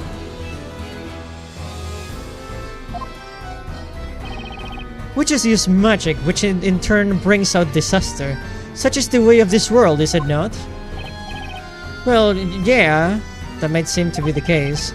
But no way that's actually possible. The score finds Espella Cantavel like the accused witch, charged with being a witch. Espella, a witch? A witch's existence in this world is a crime in itself. The ability to use and control magic is a criminal offense indeed. As such, any witch found of practicing magic will be sentenced to death by fire. No, you're wrong, I'm not a witch. Sir Apprentice Baker, I do not envy your current predicament. My lord, hand down your guilty verdict against this witch immediately. Objection! But there's no evidence to point that any magic was really used. What a sucketed bread boy. Will he heard her cast a spell? Huh? That's right. So when I heard it, isn't that right, Precious? We heard that incantation quite clearly. Oh. That frightening voice. There's no mistaking it. It was Espella's voice.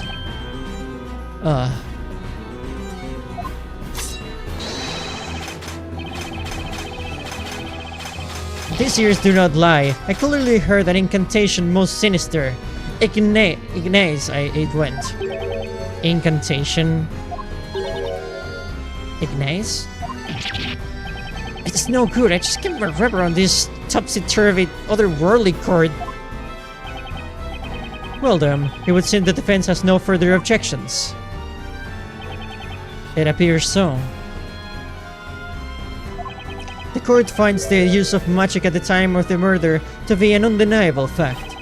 Furthermore, the honorable witnesses have stated that each heard an incantation been recited. The court finds no reason to delay its verdict any longer. Nick, we have to do something. I know, but what exactly can we say?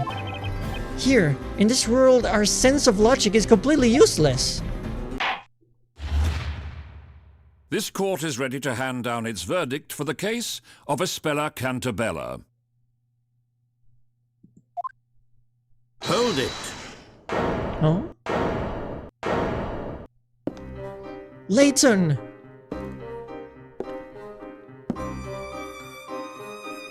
Your Honor, I request that the court hold its verdict a moment longer. This is a cover of his theme song playing and everything. What is the meaning of this intrusion?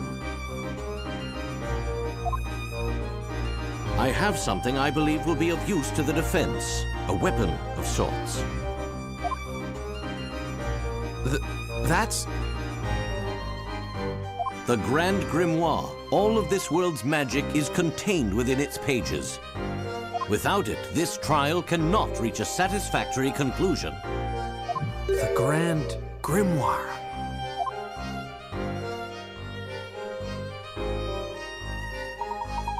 Once again, Mr. Wright, I'm just so delighted to see Luke and Layton now. Well now, it seems things have already are already afoot here. Although the real contest begins now. Are you fully prepared? So, are you here to help us? Of course, the professor always helps people in trouble. It is the duty of a true gentleman, right, Professor? Professor? There is a saying that I find quite useful in situations such as this. There is a time for words and a time for action. Right. You have been working as a baker for this time until now, have you not?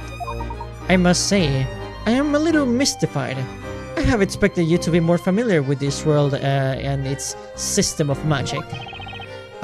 Yeah, how can I put this? I guess that's not quite the full story. Is that so? I kinda had an epiphany just now. I remember all sorts of things, like how I'm not actually a baker. And well, how magic can't really exist. Then, it would seem I was correct about you, Mr. Wright. You're not in fact a citizen of this town, is that correct? Right. At least it seems that way. However, for now, you have no option but to accept this world and its rules as its reality. Without first understanding those rules, I'm afraid you will not be able to save Miss Cantavella. But things like magic only exist in fairy tales and make-believe.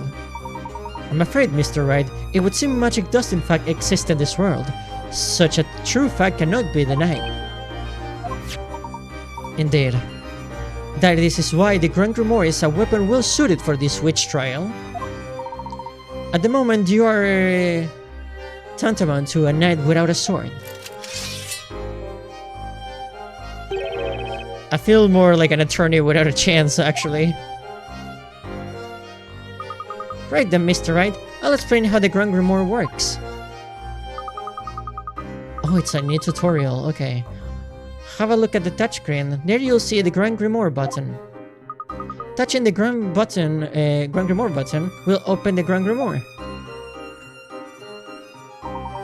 You will be able to present spells from the Grand Grimoire in such the same way as you would present evidence. This book would surely be most important asset for us in this trial.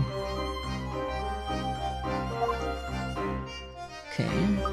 Oh, that reminds me. I got ahead and bookmarked the spell Ignace for you. Okay. Ignace. That's the magic spell all of the witnesses said they heard, right? Nick, you should take a look at that spell. All I have to do is touch the button, huh? The defender has been given more than enough time. It would seem this trial has reached its end. Is that understood, Sir Apprentice Baker? This case is quite straightforward, with very little room of doubt. The witness's testimony, coupled with the illustration of the time of the murder, makes it quite clear what must have occurred. This murder was the result of magic, and furthermore, the caster of said magic was none other than the accused. That, Sir Apprentice Baker, is the truth. Best you go back to vacant, for I believe your days as the courtroom have crumbled. I get it. Is everything okay, Mr. Wright? Yes. It would seem that photographs do not exist in this world. Photos don't exist? I guess that makes sense, ye old time period and all. The sketch drawn by the court illustrator, therein lies your final chance, Mr. Wright. My final chance? I understand the witness have already finished their testimony. However, it could appear if you could perhaps find a clear contradiction within this illustration. There's another contradiction? In that case, there's still hope that I can turn this around. Mr. Wright, you have to hurry. Look, the judge.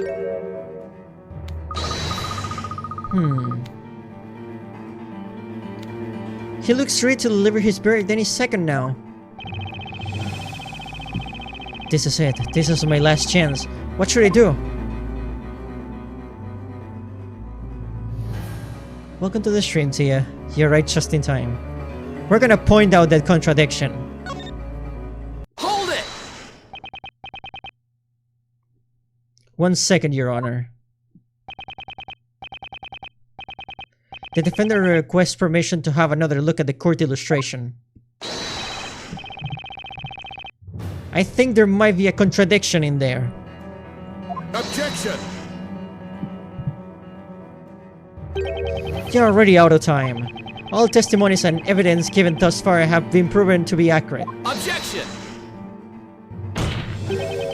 I wouldn't be so sure, Inquisitor Barnham. There's just one thing you overlook, a piece of evidence within this book. The Grand Grimoire. Absurd!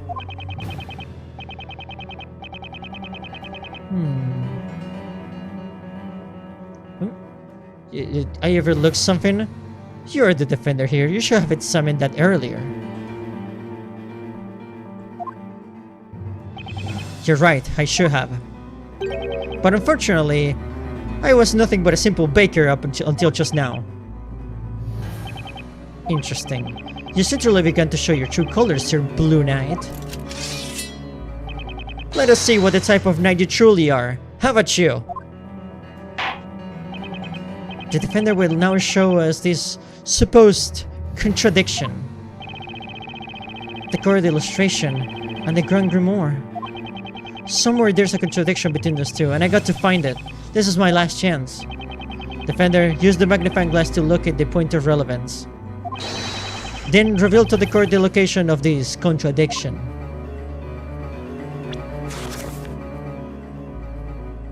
Ignace, Inferno spell. Summons a circle of flame within a 1 meter radius of the caster. Requires an incantation and scepter to cast.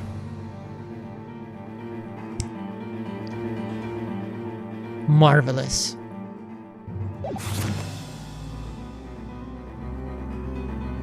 And I don't see no scepter in that hand of hers.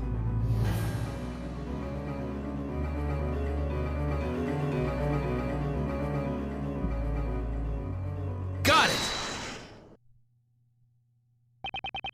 The contradiction is right here. The hand of the accused? She seems to be holding the lantern. What did you point? What is your point? According to this tome, using the spell Ignace requires the use of the witch's scepter as well as an incantation, isn't that right? Correct. For witches to use magic, they must be in possession of a witch's scepter, also known as a Talia Magica. If that's the case, then there's one thing that doesn't add up. Take another look at Mrs. Cantavella's hands. Tell me, do you see a witch scepter in either of her hands?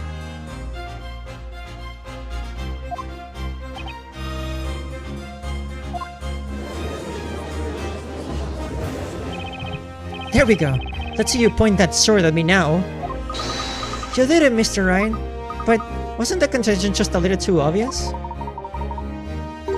You may be right, Luke. Huh? It would certainly appear that the good Inquisitor is taking this particular oversight rather too well.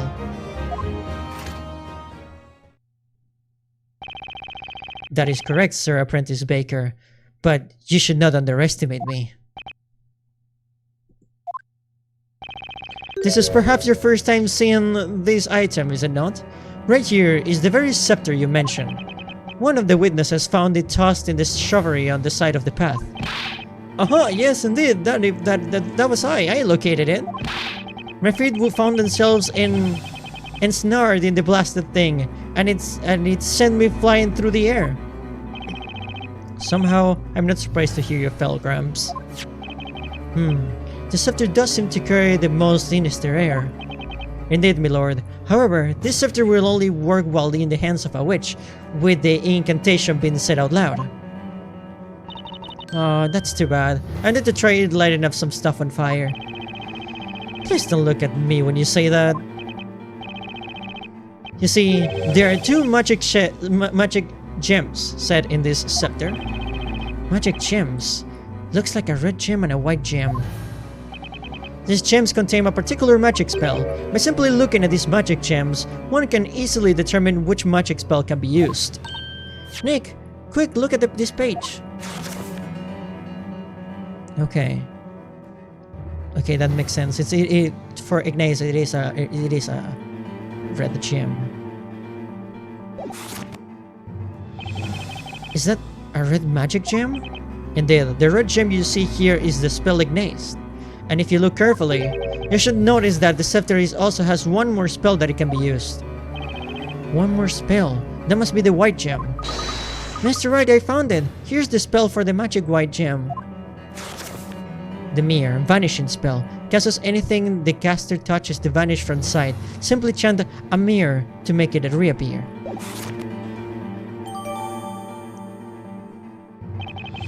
Cast anything the caster touches to vanish from sight. Ugh. I see you managed to work out with that crusty head of yours. That's just... It can't be. The reason the witch scepter couldn't be seen is because the magic spell, the mirror, had made it disappear. That's right. In other words, the accused conjured a cowardly spell to camouflage her own use of magic. No. No way! Order! Order! Inquisitor Barham, please submit the scepter into the evidence. Objection! Hold on, please. Is there a problem, Sir Baker? Okay, I understand this is a witch's scepter. However, whether or not the scepter was in Mr. Cantavella's possession has not been proven. What are you talking about, Sir Apprentice Baker? Isn't it obvious? I'm talking about fingerprints. Supposing Miss Cantavella did in fact handle this witch's scepter, then her fingerprints should still be on it.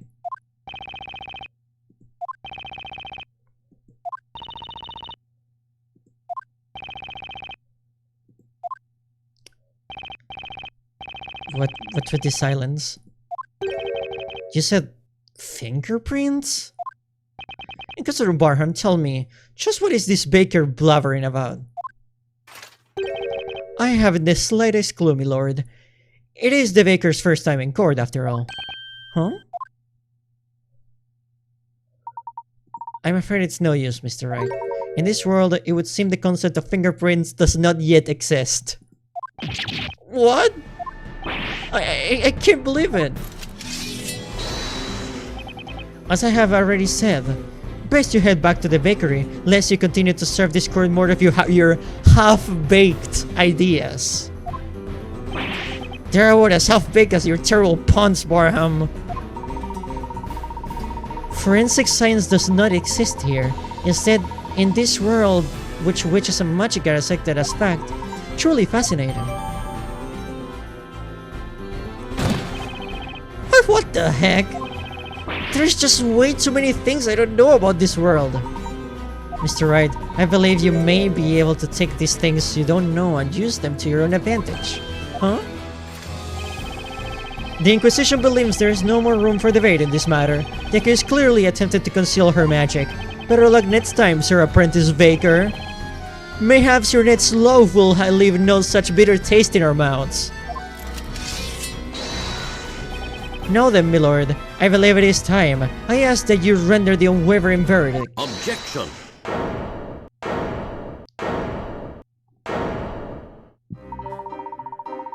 It's LAYTON time now. Pardon the interruption. May I have a word, Inquisitor Barnham? What's that? Who might you be? My name is Herschel LAYTON. I am a friend of the accused. Inquisitor Barham, please allow me to confirm what you believe to happen in the night of the crime. You claim the witch scepter was made to disappear through the use of magic, is that correct? Indeed. So the magic spell Demir. If possible, would you mind providing proof of this particular claim? What? You claim that the scepter was not seen in. Indeed, that is one possibility. However, a wise man must always consider every possibility. What do you say, Inquisitor Barham? Can the Inquisition fulfill the request presented by the gentleman with the unusual hat? The Inquisition cannot honor this request with proof. If you're certain that the accused is not a witch, then the burden of proof lies at the feet of the defender. Come on, it's the Inquisition's job to prove that the crime was committed. As I thought, indeed, it would appear the accepted method of thinking in this world differs greatly from our own. How regrettable, Sir Apprentice Baker. And you, Sir Dark Hat.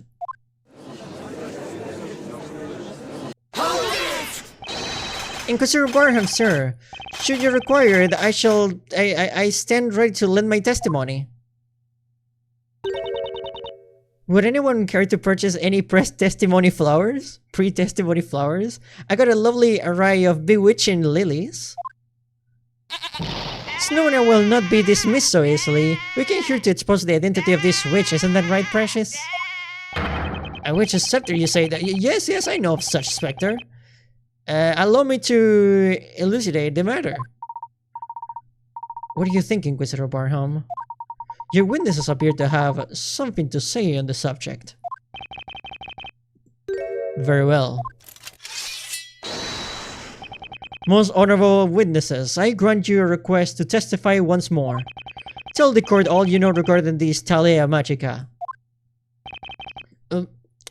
Well, we've somehow managed to keep this trial going. All you want, Sir Darkhot. Please, Mr. Wright. Mr. Layton will suffice for the time being.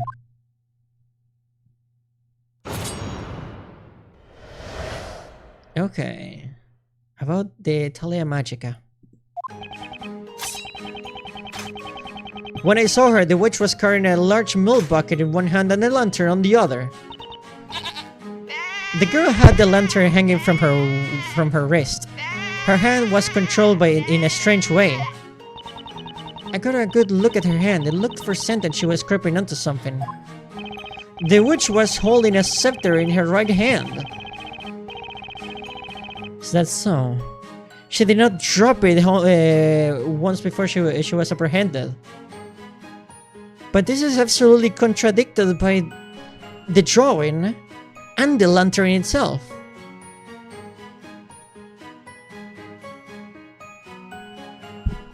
The lantern is clearly broken. It was dropped as well.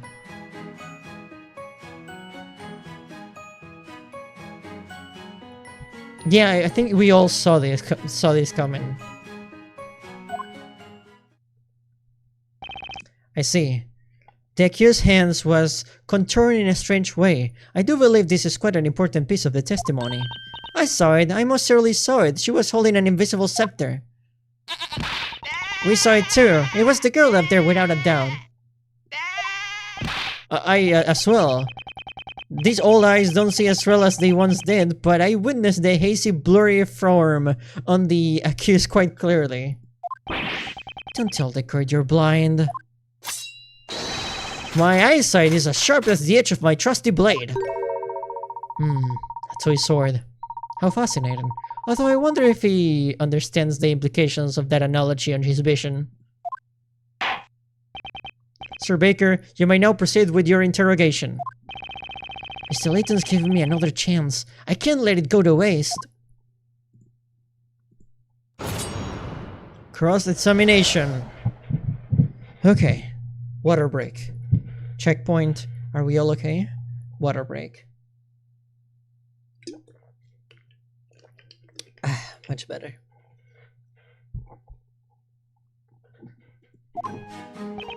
When I saw her, the witch was carrying a large milk bucket in one hand and a lantern on the other. That's okay. The girl had the lantern hanging from her wrist. Hand was contoured in a strange way. That means nothing. I got a good look at her hand and it looked for Santa that she was gripping something. The witch was holding the scepter in her right hand. She did not drop it once before she was apprehended. Yeah, that doesn't make any sense when we have a piece of evidence that was literally dropped by her. We have the lantern. Objection! Objection!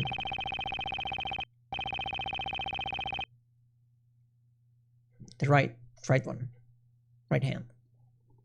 Which is also showcased in the drawing, the illustration. There was a high probability that Miss Catavella was not holding the scepter. But if, for the sake of argument, she had been holding it... Oh, which hand? I get it. Clever. For the Goodbye Volcano High people, this would be the moment to use the Nasser emoji. But if, for the sake of argument, she had been holding it, she would undoubtedly have dropped it at the time of the incident. What do you mean? What I mean, Inquisitor Branham, is that this lantern proves the defendant was not holding the scepter. Objection! What foolishness are you spouting, Mr. Apprentice Baker? The lantern's handle was around the accuser's wrist. Objection! Meaning she could have held the scepter. Meaning that she could have held the scepter? I'm afraid that's not a problem here, Inquisitor Barnham. The problem here is the broken glass and the mud plaster all over it. What? The rain had ended just as the murder was taking place. That would make the path fairly muddy, don't you agree? When the thieves grabbed Miss Cantabella by the arm, the lantern must have fallen into the mud. The lantern fell into the mud. Why, of course, that makes sense, doesn't it, my little snowy wowie? Well, what do you say, Inquisitor Barham? If she was holding the scepter at the time, that would mean that she had dropped the lantern, the scepter would have fallen along with it. Ugh. What's going on? Inquisitor Barham seems speechless. That defender's managed to turn the things around, even though he's just some baker. No way! Bet the witch's accomplices know him. They're just trying to trick you.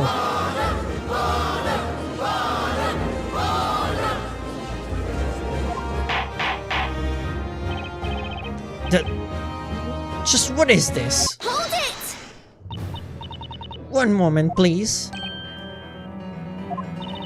Everyone, please listen. Didn't we all just stand here and explain that to the court what we clearly saw? It's a lantern, so what? What's so special about it?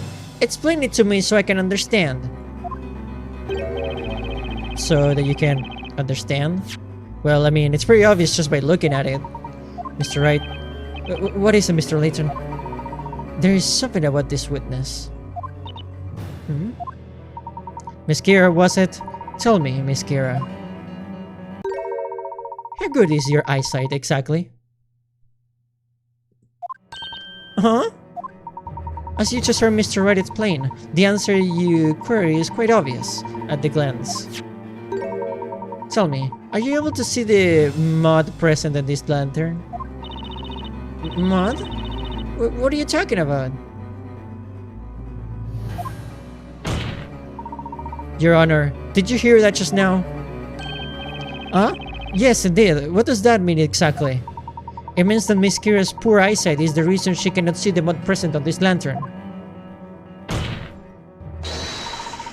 In other words, the validity of Miss Kira's testimony is questionable at best.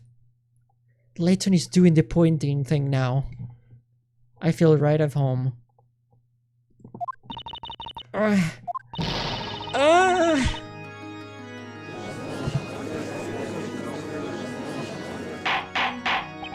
Order! Order in the court! What's the meaning of this? What's saying your defense, witness? I highly recommend you give us nothing but the truth. I'm sorry, Inquisitor Barnham. It's true, I need to wear glasses. All the time, in fact. You need to wear glasses? Oh, I understand that, Jasmine. You see these glasses that I'm wearing right here? These are not an accessory. These are not just cosmetic. I need these.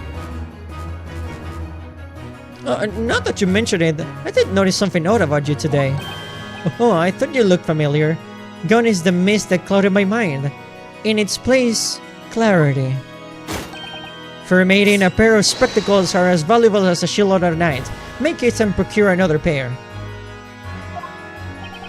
Now then, Miss Kira, tell me, at the time of the incident, were you wearing your glasses? No, I was not wearing them. The truth is, I lost my glasses a couple of days ago. You lost them?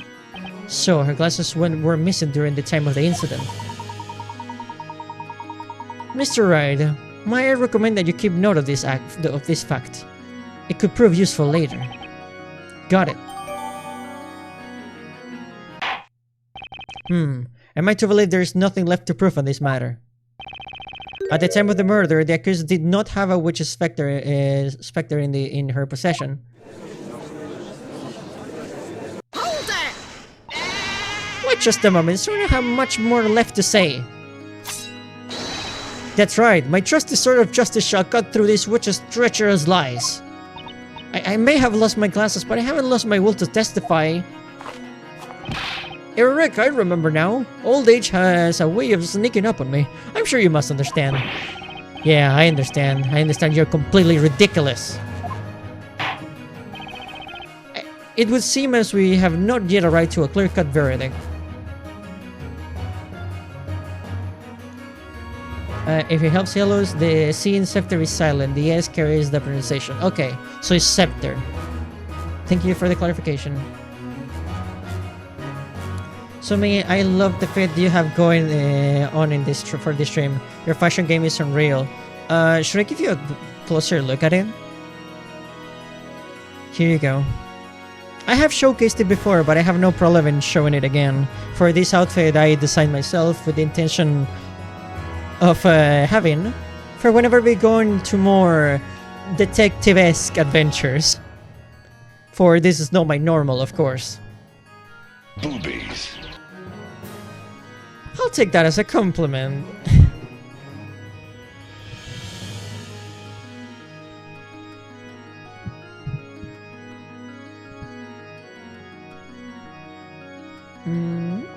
Anyway, let's proceed. And I just went to see if it was what I thought it was, which it is. Well, you tried it at a very appropriate time, my friend. Witness, you might once again begin to testify to the court. Tell us about the scepter. I got it right. And how it was used in the detestable display of witchcraft that you all witnessed tonight.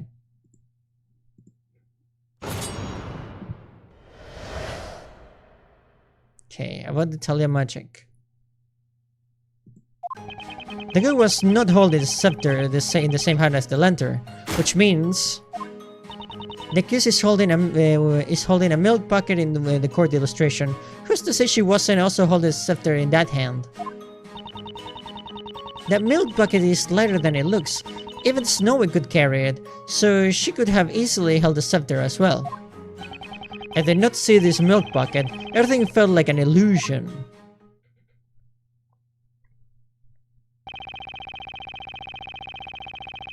The scepter was in her other hand, you say? Indeed, such a proposal is feasible. Sir Baker. Yes, Your Honor. It is the strangest thing. The longer this trial goes on, the more you begin to resemble a legitimate defender. Huh? Well, no matter, defender. You may begin your interrogation.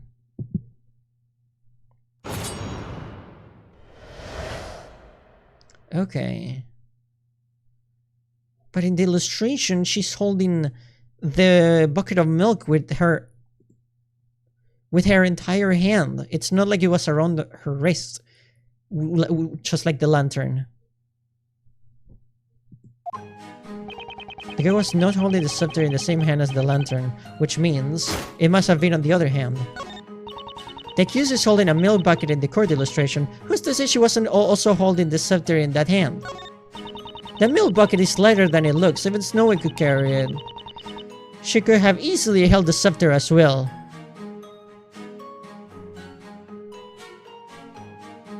Lighter than it looks? Have you held it? Have you held the milk bucket yourself? Tell me more about that. Hold it! Just one moment, Miss Mary. Yeah, me as well, cousin. What is it now? Snowy and I don't have all night, you know? Come on then, out with it. I just have one question regarding your testimony. How exactly did you know that the bucket that Miss Cantabella was carrying was light enough for Snowy to carry? Huh? Well... You see, the girl always uses the same bucket whenever she comes to buy milk from us. Naturally, I would have seen that bucket countless times before. You've seen it countless times before. That doesn't answer my question. You specifically said that the bucket is lighter than it looks. Miss Mary, at some point tonight, you must have held the bucket yourself. Now then, please enlighten us as to what exactly when you got your hands on that bucket.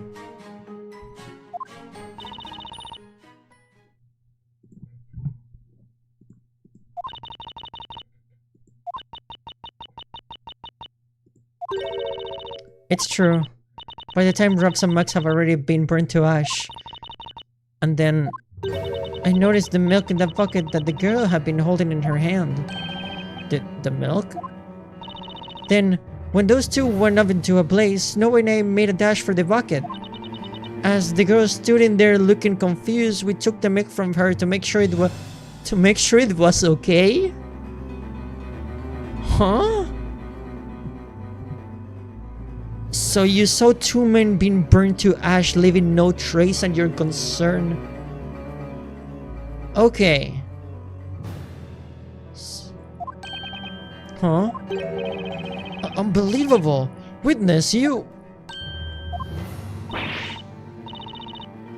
Well, that's just so wasteful. The thought of all that disgusting ash falling inside such precious milk. I felt I just had to protect the milk, so I took the bucket back from the farm with me. Madam, do you mean to tell the court that you took evidence from a crime scene back home with you? That explains why we were unable to locate the milk bucket at the scene. Oh my! You're scaring poor Snowy! Here, I brought the bucket with me anyway. See, I didn't even tamper with the milk. I'm sure you didn't. The court shall accept this milk bucket as evidence. Your Honor, this man's wallet just looked lonely, so I took it to take care of it. I wasn't stealing. Bucket of milk added to the court record. Looks like that's one more piece of evidence for us. Now, will the gentleman with the impressive beard proceed with this testimony?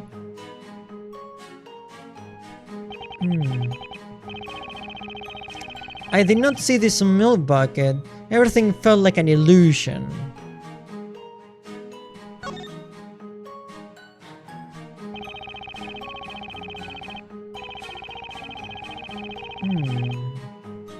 That's it for the testimony.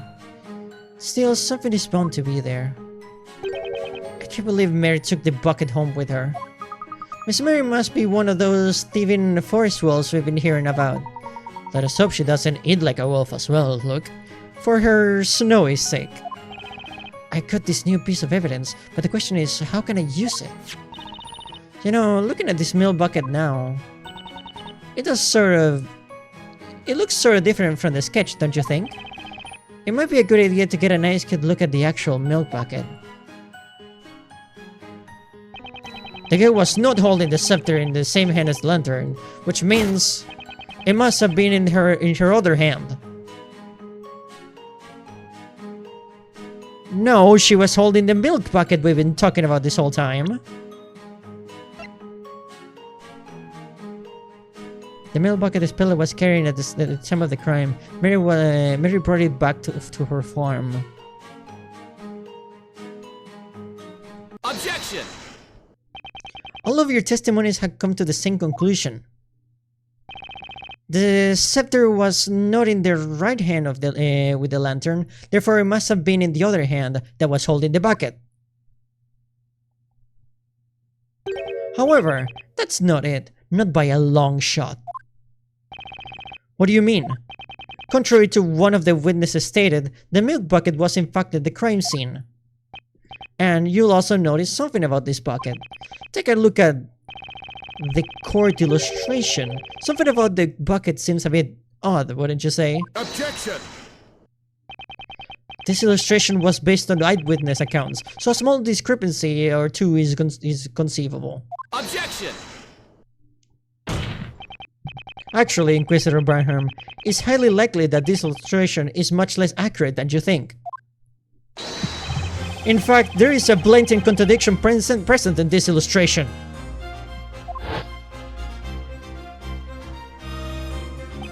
Admittedly, it does at first look possible that Miss Cantavella was holding the scepter and the bucket in the same hand. However, if you look at the real milk bucket, that possibility goes up in smoke. Here, let's take a look at the real deal. Notice the handle? That cannot be! Oh, but it is. This particular milk bucket has two pieces of wood on either side of the handle. If you were to try and hold both the scepter and this bucket, well, let's just say there'll be a challenge, to put it simply.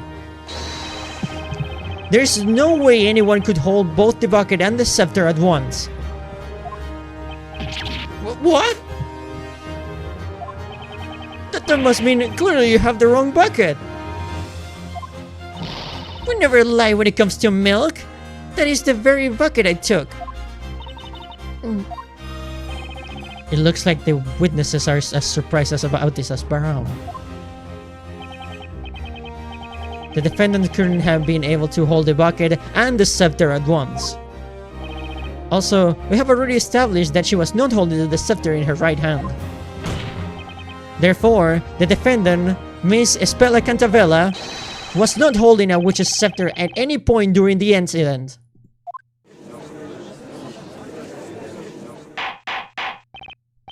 Order! Order! I said order! Just what is the meaning of this?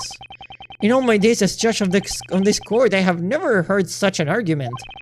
These are but a paltry set of words, and yet they ring with such remarkable strength. Your Honor, what you just heard was logic. Logic, you say? What is with these two? They were just silent. They just silenced Inquisitor Barham with mere words. Such foolishness. This must be some type of witchcraft. Wait, don't you think? Could they be witches? It would seem that the concept of logic does not exist in this world. Would you, lovely people in chat, excuse me as I take a screenshot of this specific frame for future reference and for use as a reference and reaction picture for whenever I see something foolish. If you wish to possess such a powerful screenshot, please let me know, for I will be delighted to share with you.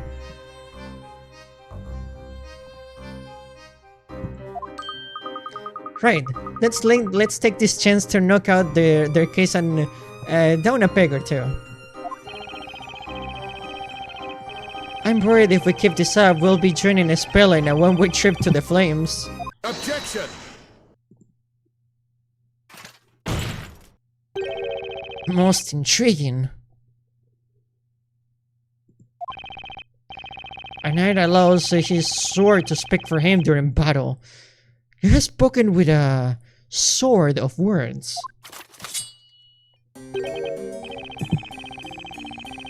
So be it. I too shall wield such a blade. What do you mean? Sir Blue Knight, there appears to be a hole in this logic of yours.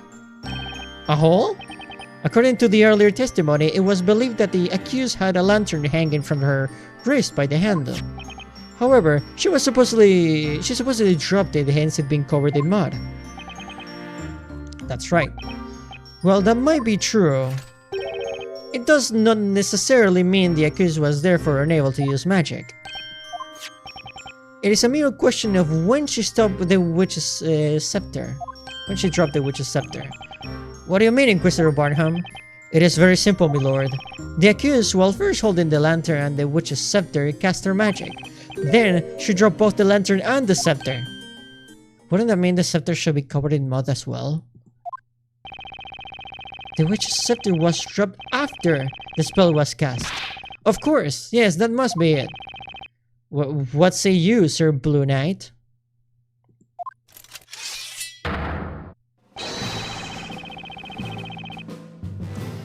That is but a taste of the knightly knowledge of the Inquisition. Well, Sivahan cut through the Vicar's witchery like a hot knife through butter. It's simpler, I expect nothing less from the hand of Varham. Oh, to be able to shake that powerful hand someday.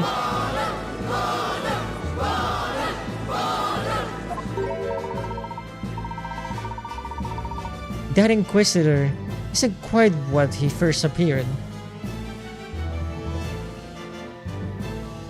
That is a good question. Yeah, sure seems that way. Just a moment ago, it seemed like he'd never even learned such logical debate. Now he's suddenly using it against us. This guy is no joke, that's for sure. Now then, most honorable witnesses, I ask that you lend us your aid once more.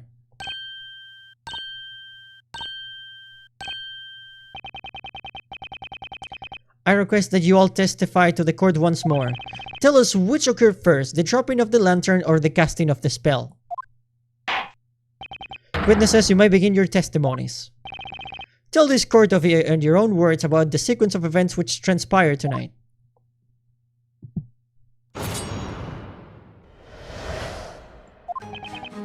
Of course, the lantern fell to the ground after the incantation of Ignace Splush. I'm as sure as Snow is white. I made certain to keep my eyes peeled on that milk bucket after all. Besides, how can you be so sure the lantern fell just because it had a little mud on it? These eyes do not lie. I saw the lantern in the accuser's hands when the incantation was uttered.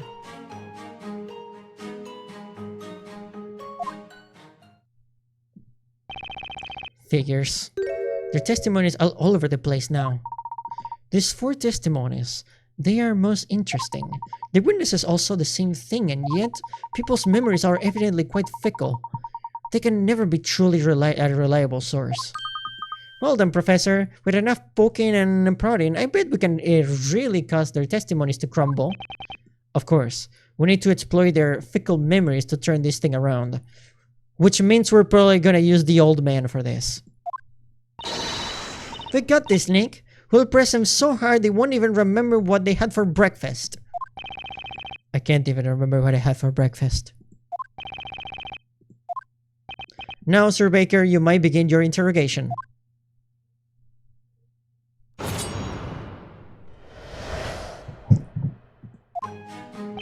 Of course, the lantern fell to the ground after the incantation of Ignace. Sploosh. I want to see what this gentleman has to say. Hold it! The lantern fell after the incantation. Are you positive about that?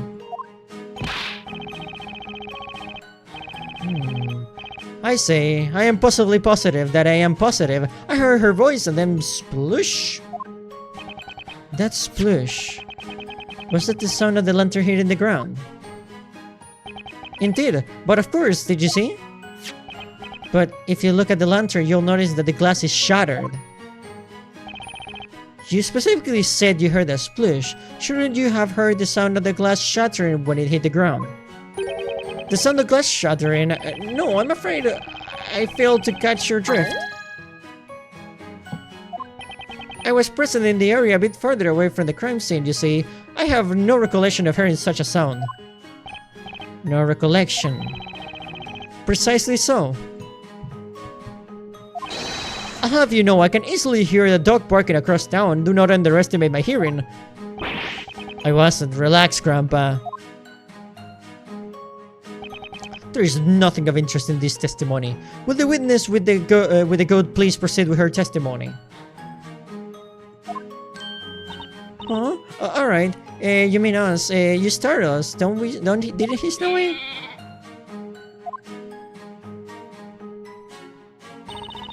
I'm as sure as Snow is white. I made certain to keep my eyes peeled on that milk.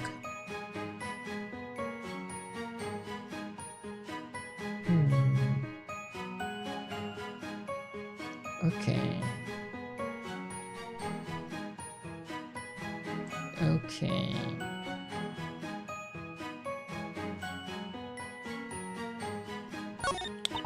Besides, how can you be so sure the lantern fell just because it had a little mud on it?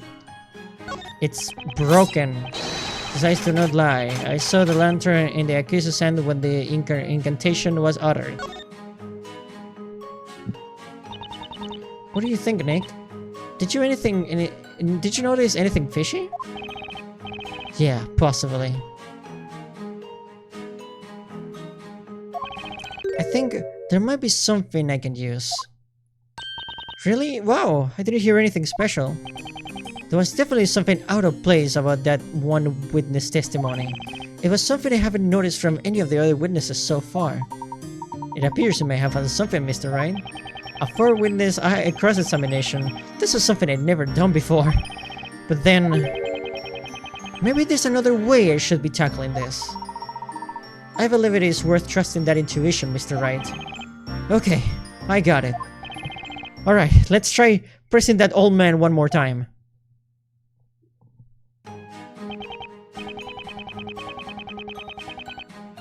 Hold it! The lantern fell after the incantation. Are you positive about that?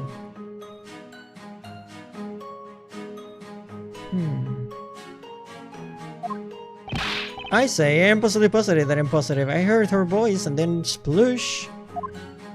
The sploosh was the sound of the lantern hitting the ground. But he continues to say he didn't hear the glass breaking. If you look at the lantern, you notice the glass is shattered. You specifically said you heard a splash. Wouldn't you have heard the sound of the glass shattering when it hit the ground? The sound of glass shattering? No, I'm afraid... Okay. Hold it! There we go. There it is! Right there. I heard something strange. Huh? But... old Graver didn't say anything weird. Maya, it's not the old guy that said something weird. It's the person next to him. Next to him? Ah, look there, Professor. The goat lady, she looks really deep in thought. It would seem. She has noticed something odd about this elderly gentleman's testimony. That's right. These cross-examinations have 4 witnesses. Hey Nick, it looks like we're not the only ones paying attention to these testimonies. You're right, which means if they're all listening to each other's testimonies. Correct, Mr. Wright. Each witness is fully aware of themselves and their own actions when in the middle of their own testimonies. However, it is while listening to the testimonies of others that the witnesses might sometimes reveal the most valuable information. I see. It's habitual. They can't tell they're doing it, but I can. And I'm going to use it to turn the tide back in our favor. In fact, I do believe I have spotted our first opening in which to test this new technique. Mr. Wright, could I draw your attention to the touchscreen? The touchscreen? Sliding the magnifying glass during a witness testimony will allow you to shift your focus across other witnesses. Right, so the important thing here isn't the witnesses that is in mid-testimony, it's the other 3 witnesses listening. It's just a matter of catching them off guard and questioning them. What are you waiting for, Nick? Let's give it a shot. How about we try questioning the goat lady next to the old graveyard? Okay, all I have to do is slide the magnifying glass over the witness. Okay.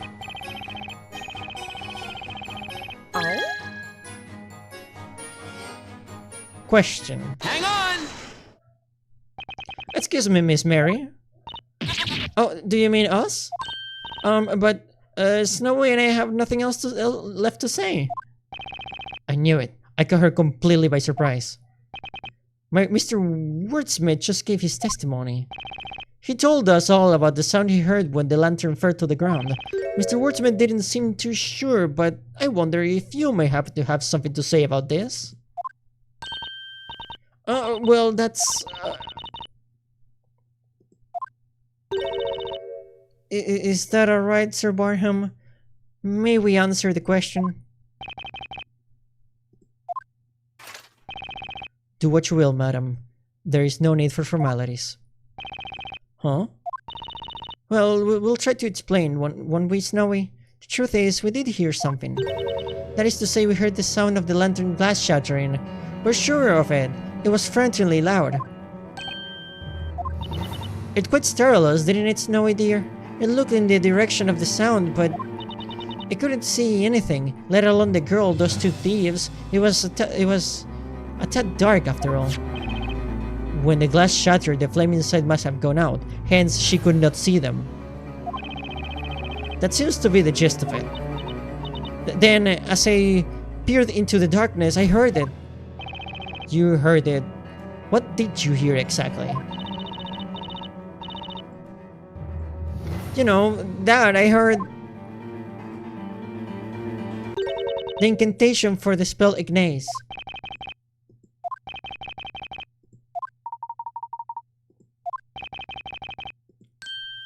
What did you just say? Now, hold it right there, witness. Yes, my lord? The glass shattered when the lantern fell. Then after that, you heard the incantation spell from Ignace. Do you swear to this card that this is without a doubt correct? Yes, maybe, I think. How about my testimony? What are my oratorical observations? That blast the spell Ignace occurred first, till the lantern plummeted to the ground. They've been caught absolutely red-handed. I heard no such thing. There was no sign of shattering glass. Absurd, simply absurd. So the lantern fell and the glass shattered.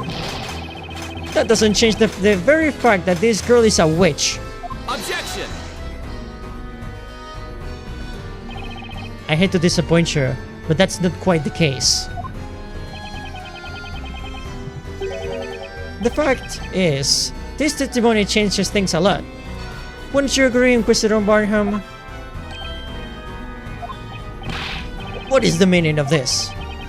Let's go over what we know so far. In order for a witch to use any magic, they must be holding to a witch's scepter.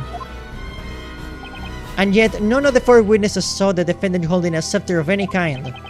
That's because the scepter was made to disappear with the spell Demir, correct? At the time of the crime, the two victims grabbed Mr. Cantavella's arm, causing her to drop the lantern onto the ground.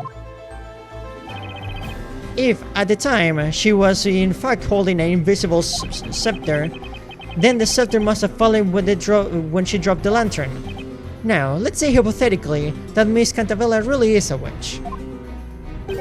In order to use any magic, she would have to recite the spell before dropping the scepter.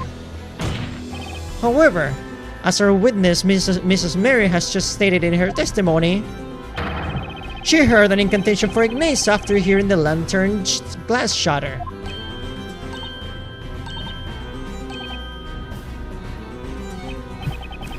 Do you all understand what this means, don't you? It means that Mrs. Cantavella, the supposed witch you locked up, could not possibly have cast any magic. Therefore, the defendant, Espela Cantavella, is clearly in no way, shape, or form a witch.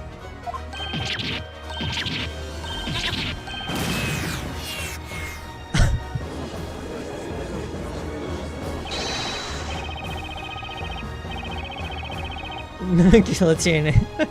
Such frivolity! Do you realize what you're insinuating? Do you really think she's not a witch? Such nonsense. Did any of you even listen to my testimony? We did, but you're wrong. There was no glass shattering. Are you calling me a liar, Missy? You couldn't even see the mud on the lantern when it was in plain as day. What ridiculous claims, all of you. Oh, hush, take your little toy sword and go back at playing pretend, Sir Knight.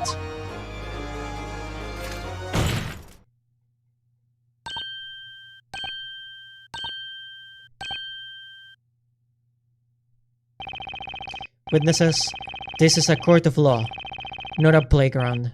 Must I remind you of the importance of these proceedings? Witches and their magic threaten our fair town of Labyrinthia. Your word here today could decide the fate of every single citizen within our walls, do you understand? As such, I expect each of you to take your role seriously and testify honestly with what you saw.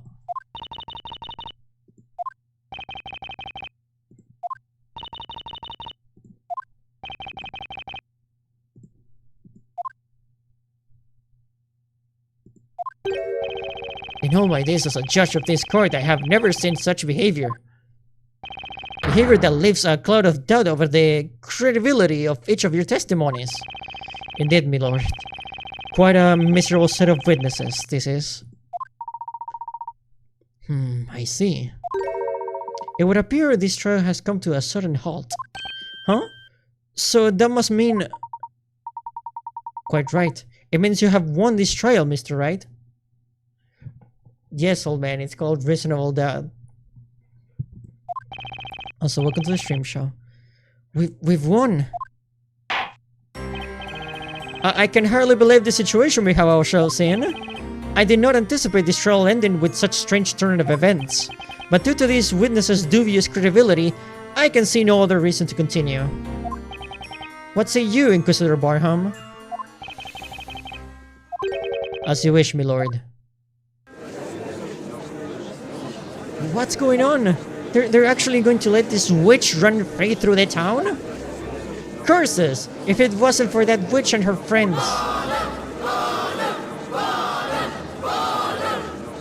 Hold it!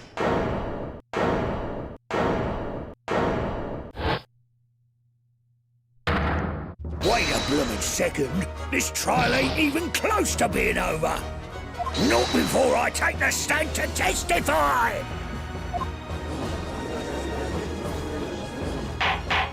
Order! Order! Who is this buffoon? Behold! Who am I, you ask? Who am I? Why? I'm the man that's gonna single-handedly save this trial. I'm the fifth witness! The fifth witness? Say what? Huh? What? Even Barnum didn't see this one coming. Just as I thought. This trial was going down the drain before I got here. Okay, you lot, assemble. We need a strategy meeting ASAP. I say, who are you? Thank goodness you showed up. I can't give up now, everyone. It has come down to this. To arms, everyone. You shall do battle against that baker and that hat seller. I can't believe this. What the hell is going on? Truly fascinating. It seems a new witness has taken the stand. What's more, he appears to be quite the formidable witness. Why are they so insistent on watching that girl die? They hate the witches. The fact that they are openly admitting to collusion to deliver against this girl roasted to a crisp.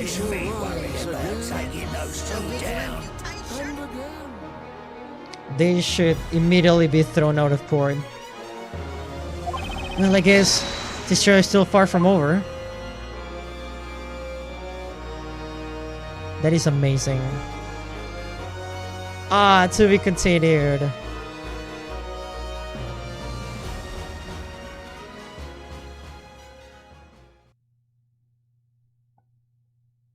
Okay, we're gonna call it a day there because we've gone way past beyond 2 hours, but no pun intended, but things seem to be getting fiery in the court. And that's without mentioning the actual fire that they want to burn this girl with. Things are heating up indeed.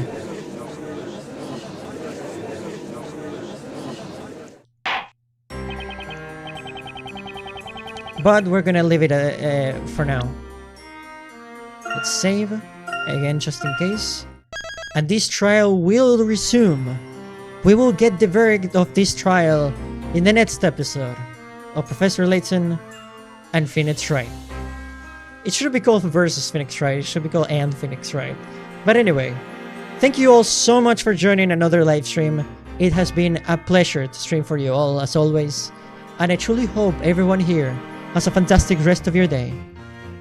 Once again, it's been a pleasure. Thank you to the patrons for their monthly support. And I truly hope to see you in the next episode. So without further ado, I sign off. And I'll hope to see you in the next one.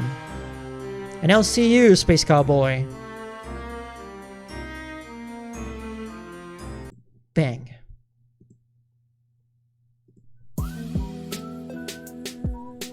I was cooling in the motel for a minute. Loved ones that I won't tell how I'm living. Now I'm in the woods, trailer park, staying hidden.